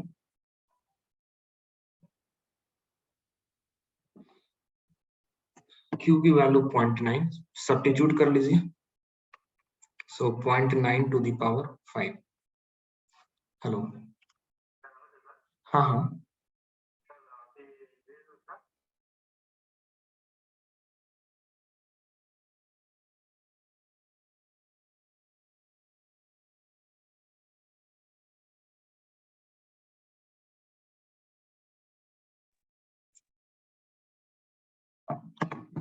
तो इसको सॉल्व करोगे आपका आंसर आ जाएगा। कैलकुलेटर पे चेक करना है आपको कितनी वैल्यूज आ रहे हैं। कितनी आ रहे हैं? 0.4095। देखो भाई मैं सॉल्व नहीं कर रहा हूँ, आपने जो बोला है वो मैं लिख दे रहा हूँ, ठीक है यहाँ पे। सो कैलकुलेशन ध्यान से देख लो, सबका सेम आ रहा है 0.4095। चलो इसके ऊपर आते हैं, इसके ऊपर आते हैं। फिर से ये बाइनोमियल का इक्वेशन है। In this question they are saying that there are 25 or 20% managers are technocraft। 20% जो मैनेजर हैं वो टेक्नोक्राफ्ट है। तो टेक्नोक्राफ्ट के होने की प्रोबेबिलिटी कितनी होगी? टेक्नोक्राफ्ट के होने की प्रोबेबिलिटी कितनी होगी बोलिए? सर 20% प्रोबेबिलिटी का मतलब 0.20 है ना। The probability that a random committee of 5 managers, 5 managers हैं, उनमें से मुझे एग्जैक्टली टेक्नोक्राफ्ट कितने चाहिए? 2 एग्जैक्टली। तो वो प्रोबेबिलिटी जो होंगे वो मुझे टेक्नोक्राफ्ट वाले प्रोबेबिलिटी सक्सेस की प्रोबेबिलिटी कहलाएगी। तो सक्सेस के लिए सर 0.2, फेल्यूर के लिए सर 0.80 है ना। 0.20 0.80 ये आगे हमारे पास success and failure. So required probability कितनी हो जाएगी हमारे पास? सर आउट ऑफ 5 मुझे कितने चाहिए? एग्जैक्टली 2 चाहिए। So 5c2 p raise to 2 and q raise to कितने होंगे? सर 2 टाइम सक्सेस है 5 में से तो फेल्यूर कितने टाइम्स होंगे सर? 3 टाइम्स, 5 माइनस 2 3, है ना। अब पी की वैल्यू दी हुई है, क्यू की वैल्यू दी हुई है, सब कुछ आपको पुट करना है। 5C2 की वैल्यू कैलकुलेट करनी है, कर लीजिए। फैक्टोरियल 5, फैक्टोरियल 2, फैक्टोरियल 3, पी की वैल्यू 0.20 इसके पावर में 2, क्यू की वैल्यू 0.80 इसके पावर में 3। सॉल्व कर लो, फाइनल आंसर बता दो कितने आ रहे हैं। 0.2048, 0.2048। ओके, चलो अब उस टाइप के हमने बहुत सारे क्वेश्चन सॉल्व किए हैं। चलो देखो, डिफेक्टिव पीसेस वाला जो क्वेश्चंस ऊपर किया था वैसा ही क्वेश्चंस यहाँ पर है। यहाँ पर पूछा है only 1 is defective, out of 5 only 1 is defective. सिर्फ इतना बता दो हो जाएगा। ओनली 1 इज डिफेक्टिव, इतना आसान क्वेश्चन। ना ही लेस देन बोला, ना मोर देन बोला, कुछ नहीं। तो sir 5C1 P⁻1 Q⁻4 answer आ जाएगा। आउट ऑफ 5 एक ही तो डिफेक्टिव चाहिए। इसमें देखो, हाँ ये क्वेश्चन करके बताओ मुझे, पढ़ो क्वेश्चन और करके बताओ। देखो यहाँ पर 0.1 लिखा है, 0.1 लिखा है और ये फुल स्टॉप है। डिफेक्टिव बोल्ट के होने की जो प्रोबेबिलिटी है, डिफेक्टिव बोल्ट के होने की जो प्रोबेबिलिटी है वो 0.1 है। मुझसे पूछा है मीन वैल्यू बताइए और स्टैंडर्ड डेविएशन बताइए। मीन वैल्यू भी बताना और स्टैंडर्ड डेविएशन भी। किसका? सर डिफेक्टिव बोल्ट्स का। नंबर बताया क्या टोटल? सर टोटल बोल्ट का काउंट है 900। तो मीन वैल्यूज इन बाइनोमियल हमने क्या पढ़ा था सर? n into P. हमें कैसे पता चला कि सर बाइनोमियल लगाना है? भैया एक ही ऐसा कॉन्सेप्ट है जिसमें n एंड p मल्टीपल होकर मीन वैल्यूज दे रहा है, एक ही है बाइनोमियल। सो हमें यहाँ पर बाइनोमियल यूज कर लेना है। n मुझे मिल गया 900, मैंने 900 लिख लिया। डिफेक्टिव बोल्ट की प्रोबेबिलिटी कितनी है सर? डिफेक्टिव बोल्ट की प्रोबेबिलिटी 0.1 है। दोनों को मल्टीपल करेंगे तो कितने हो जाएंगे सर? This will be 90। उसके बाद हमसे पूछा है स्टैंडर्ड डेविएशन। तो स्टैंडर्ड डेविएशन क्या होता है sir? Square root of n p q। तो n की वैल्यू 900, p की वैल्यू 0.1, q की वैल्यू 0.9, मल्टीपल करोगे तो ये स्क्वायर रूट ऑफ 81 बनेगा एंड स्क्वायर रूट ऑफ 81 की वैल्यू कितनी हो जाएगी? 9। आ गया आंसर, है ना।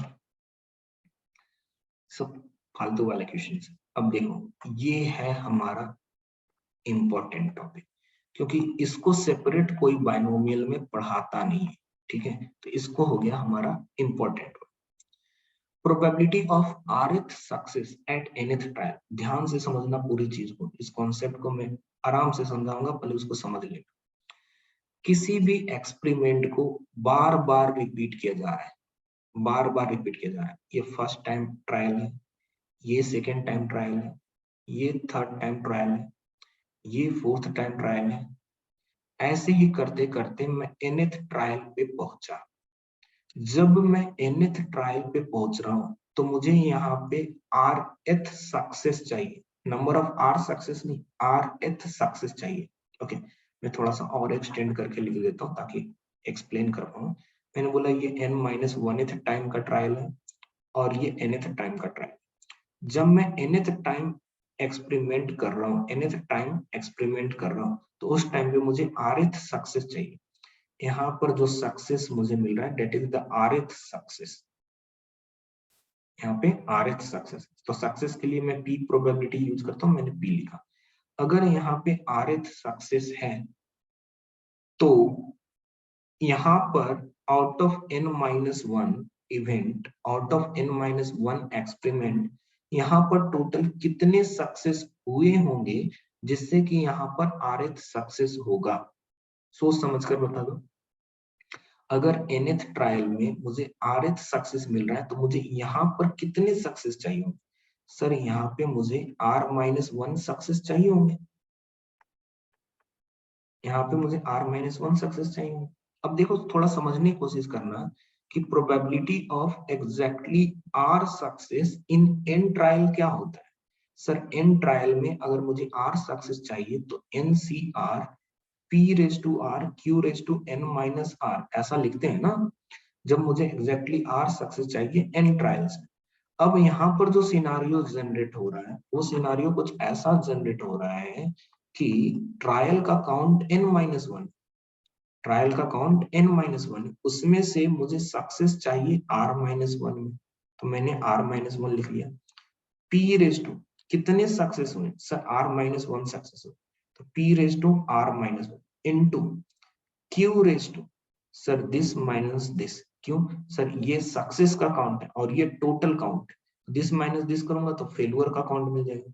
सर यहाँ पर आ जाएगा n minus R, 1 and 1 cancel out हो जाएंगे, n माइनस आर। ये हो गया सर इसकी प्रोबेबिलिटी। लेकिन हमें ये भी तो सियोरिटी करनी है कि जो nth ट्रायल कर रहे हैं उस nth ट्रायल में मुझे सक्सेस मिले, यहाँ पे भी तो मुझे सक्सेस चाहिए। अगर मुझे यहाँ पे सक्सेस चाहिए, क्या मैं ये बोलूं कि यहाँ पर कुछ भी आया होगा इसके ऊपर डिपेंड नहीं करेगा, या यहाँ पर क्या आएगा वो प्रीवियस के ऊपर डिपेंड नहीं करेगा, मतलब इंडिपेंडेंट है। और अगर इंडिपेंडेंट है तो प्रोबेबिलिटी क्या हो जाएगी, मल्टीपल। प्रोबेबिलिटी क्या हो जाएगी, मल्टीपल। तो मल्टीपल कर लिया, तो जब मल्टीपल कर लिया तो हमारा आंसर क्या आ जाएगा sir, n-1 C r-1 p raise to r q raise to n minus r। इसमें और प्रीवियस वाले में थोड़ा सा ही डिफरेंस है, rth success at nth trial, rth success at nth trial. Formula में थोड़ा सा ही अंतर है। क्या फार्मूला में अंतर है सर, प्रीवियस जो हम लोग यूज कर रहे थे वो NCR P raise to R Q raise to n minus R लिख रहे हैं, यहाँ पर n-1 C r-1 आ रहा है। मुझे rth सक्सेस चाहिए एट द nth ट्रायल, तो ये हो गया आपका एक इंपॉर्टेंट फार्मूला। हमेशा पकड़ना, जब भी क्वेश्चन में rth ये वर्ड यूज कर दिया ना, third success, fourth success, 10th success, तो हम इस फार्मूले पे वापस आ जाएंगे। पढ़िए क्वेश्चन, ये क्वेश्चन है इंस्ट्रूमेंटेशन इंजीनियरिंग 2018 का। इस क्वेश्चन में बोला जा रहा है consider a sequence of tossing of a fair coin. किसी फेयर कॉइन को बार बार टॉस किया जा रहा है, where outcomes of tosses are independent. Obvious बात है वो इंडिपेंडेंट लेते ही हम लोग। Probability of getting the head for the third time in the fifth toss.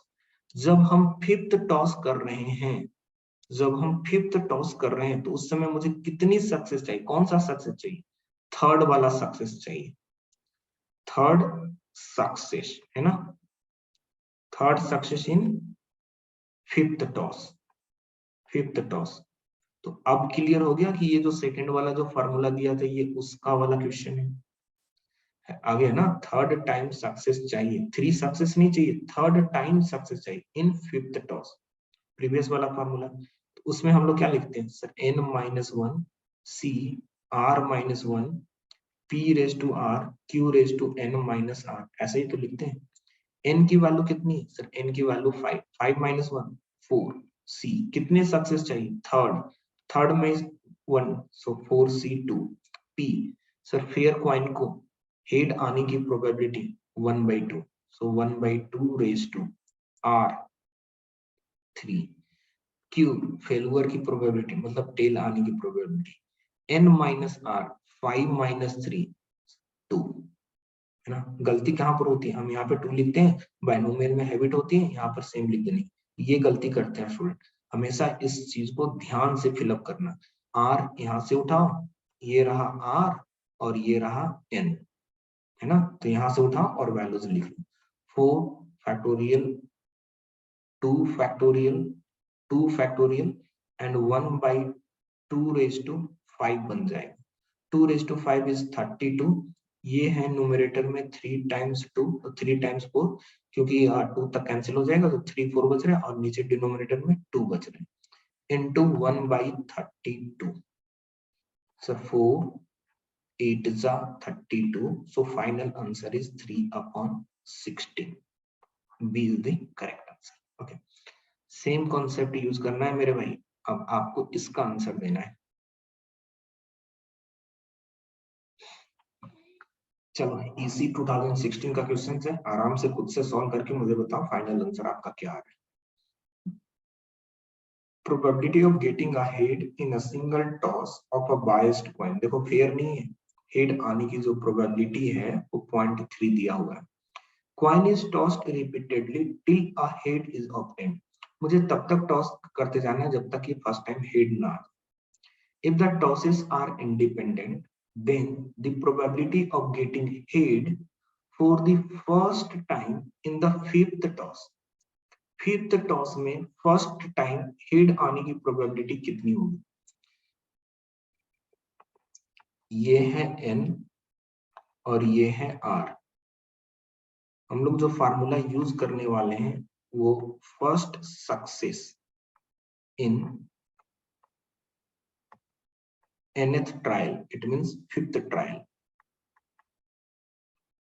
Fifth trial sir n-1 c r-1 p raise to r q raise to n-r, यही तो है। ये है वैल्यू r की और ये वैल्यू है n की, पुट कर लीजिए 4c0 p। सक्सेस मतलब क्या? हेड आना सक्सेस है। हेड की प्रोबेबिलिटी क्वेश्चन में कितनी? सर हेड की प्रोबेबिलिटी 0.3, तो मैं यहाँ पर 0.3 पे पावर r की वैल्यू 1, इट मींस यहाँ पे 1 q फेलुअर की प्रोबेबिलिटी, तो फेलुअर की प्रोबेबिलिटी 0.7, 0.7 पे power n-r, 5 - 1 that is 4, 4c0 की वैल्यू कितनी? सर 1, तो ये बन गए 0.7 to the power 1 and 0.7 to the power 4, multiple करके देख लो कितने आ रहे हैं, सबका आंसर आ रहा है 0.072। मुझे नहीं पता, आपने जो कैलकुलेशन बताया इस स्टेप के बाद वो मैं लिख दिया हूँ यहाँ, मैं कैलकुलेटर यूज नहीं कर रहा हूँ। चलो देखो सेम क्वेश्चंस, वैसा ही क्वेश्चंस है इसी 2014 का, खुद से करोगे अब। उनको चाहिए फोर्थ हेड, कब चाहिए? 10th टॉस में। करोगे अब खुद से? हो जाएगा ना आपको, इतने दो दो क्वेश्चन कर लिए हमने, हमें चाहिए फोर्थ हेड 10th टॉस में, हो जाएगा अब तो, है ना। देखो ये सब चीजें अपनी हो चुकी है, तो भैया बाइनोमियल तक हमने फिनिश किया है। अब यहाँ पर एक क्वेश्चन है ये वाला, हाँ लेकिन ये तो क्वेश्चन पॉइजन का है, ये क्वेश्चन पॉइजन का है, लिखा हुआ है यहाँ पर पॉइजन, है ना। जब तक पॉइजन नहीं पढ़ेंगे तब तक कैसे खत्म करेंगे।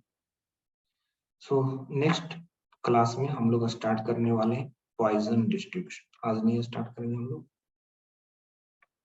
पॉइजन डिस्ट्रीब्यूशन, हम लोग डिफरेंस समझेंगे बाइनोमियल एंड पॉइजन में क्या है, फिर इसके ऊपर क्वेश्चन करेंगे। इसके ऊपर भी अच्छे क्वेश्चंस बनते हैं। अब कोशिश आपकी ये होनी चाहिए कि प्रीवियस ईयर के क्वेश्चंस पेपर उठाएं, उन क्वेश्चन पेपर में जहां जहां डिस्क्रीट के क्वेश्चंस हैं उनको कर लें, जहां जहां बाइनोमियल के क्वेश्चंस हैं मैं उनको कर लूं, उन क्वेश्चंस को तो मैं ट्राई कर लूं, डिस्क्रीट वाले एंड बाइनोमियल वाले। वो क्वेश्चंस में जो कुछ भी बचता है वो आप ग्रुप में डालिए, पूछिए कि सर ये कैसे हो रहा है, कौन सा कॉन्सेप्ट लग रहा है। हाउएवर वैसा कुछ सिनारियो बनेगा नहीं पूछने लायक, और अगर आप चाहो तो फिर वेट करो कि पूरा का पूरा प्रोबेबिलिटी डिस्ट्रीब्यूशन खत्म हो तो चेक करें। देखो मैं सिंपली बता देता हूँ आपको कुछ चीजें जो आप लोग इन जनरल स्टूडेंट्स को प्रॉब्लम होता है, उन चीजों को मैं बात कर लेता हूँ। देखो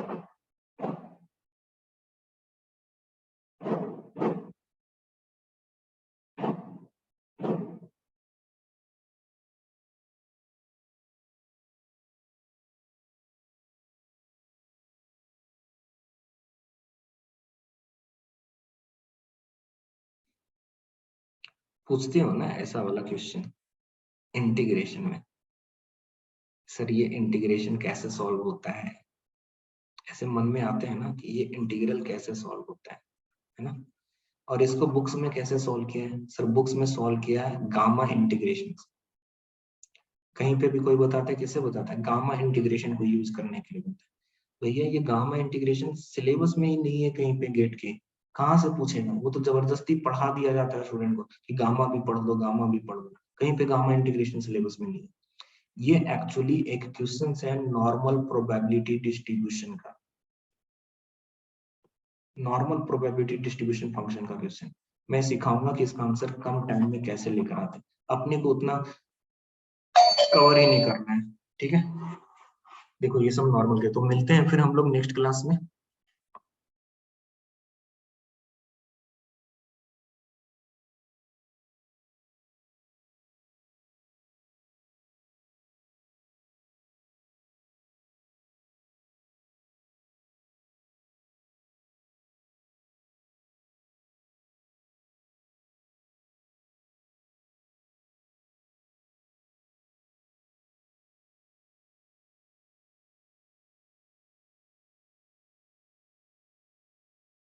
चलो by two all of you, good night.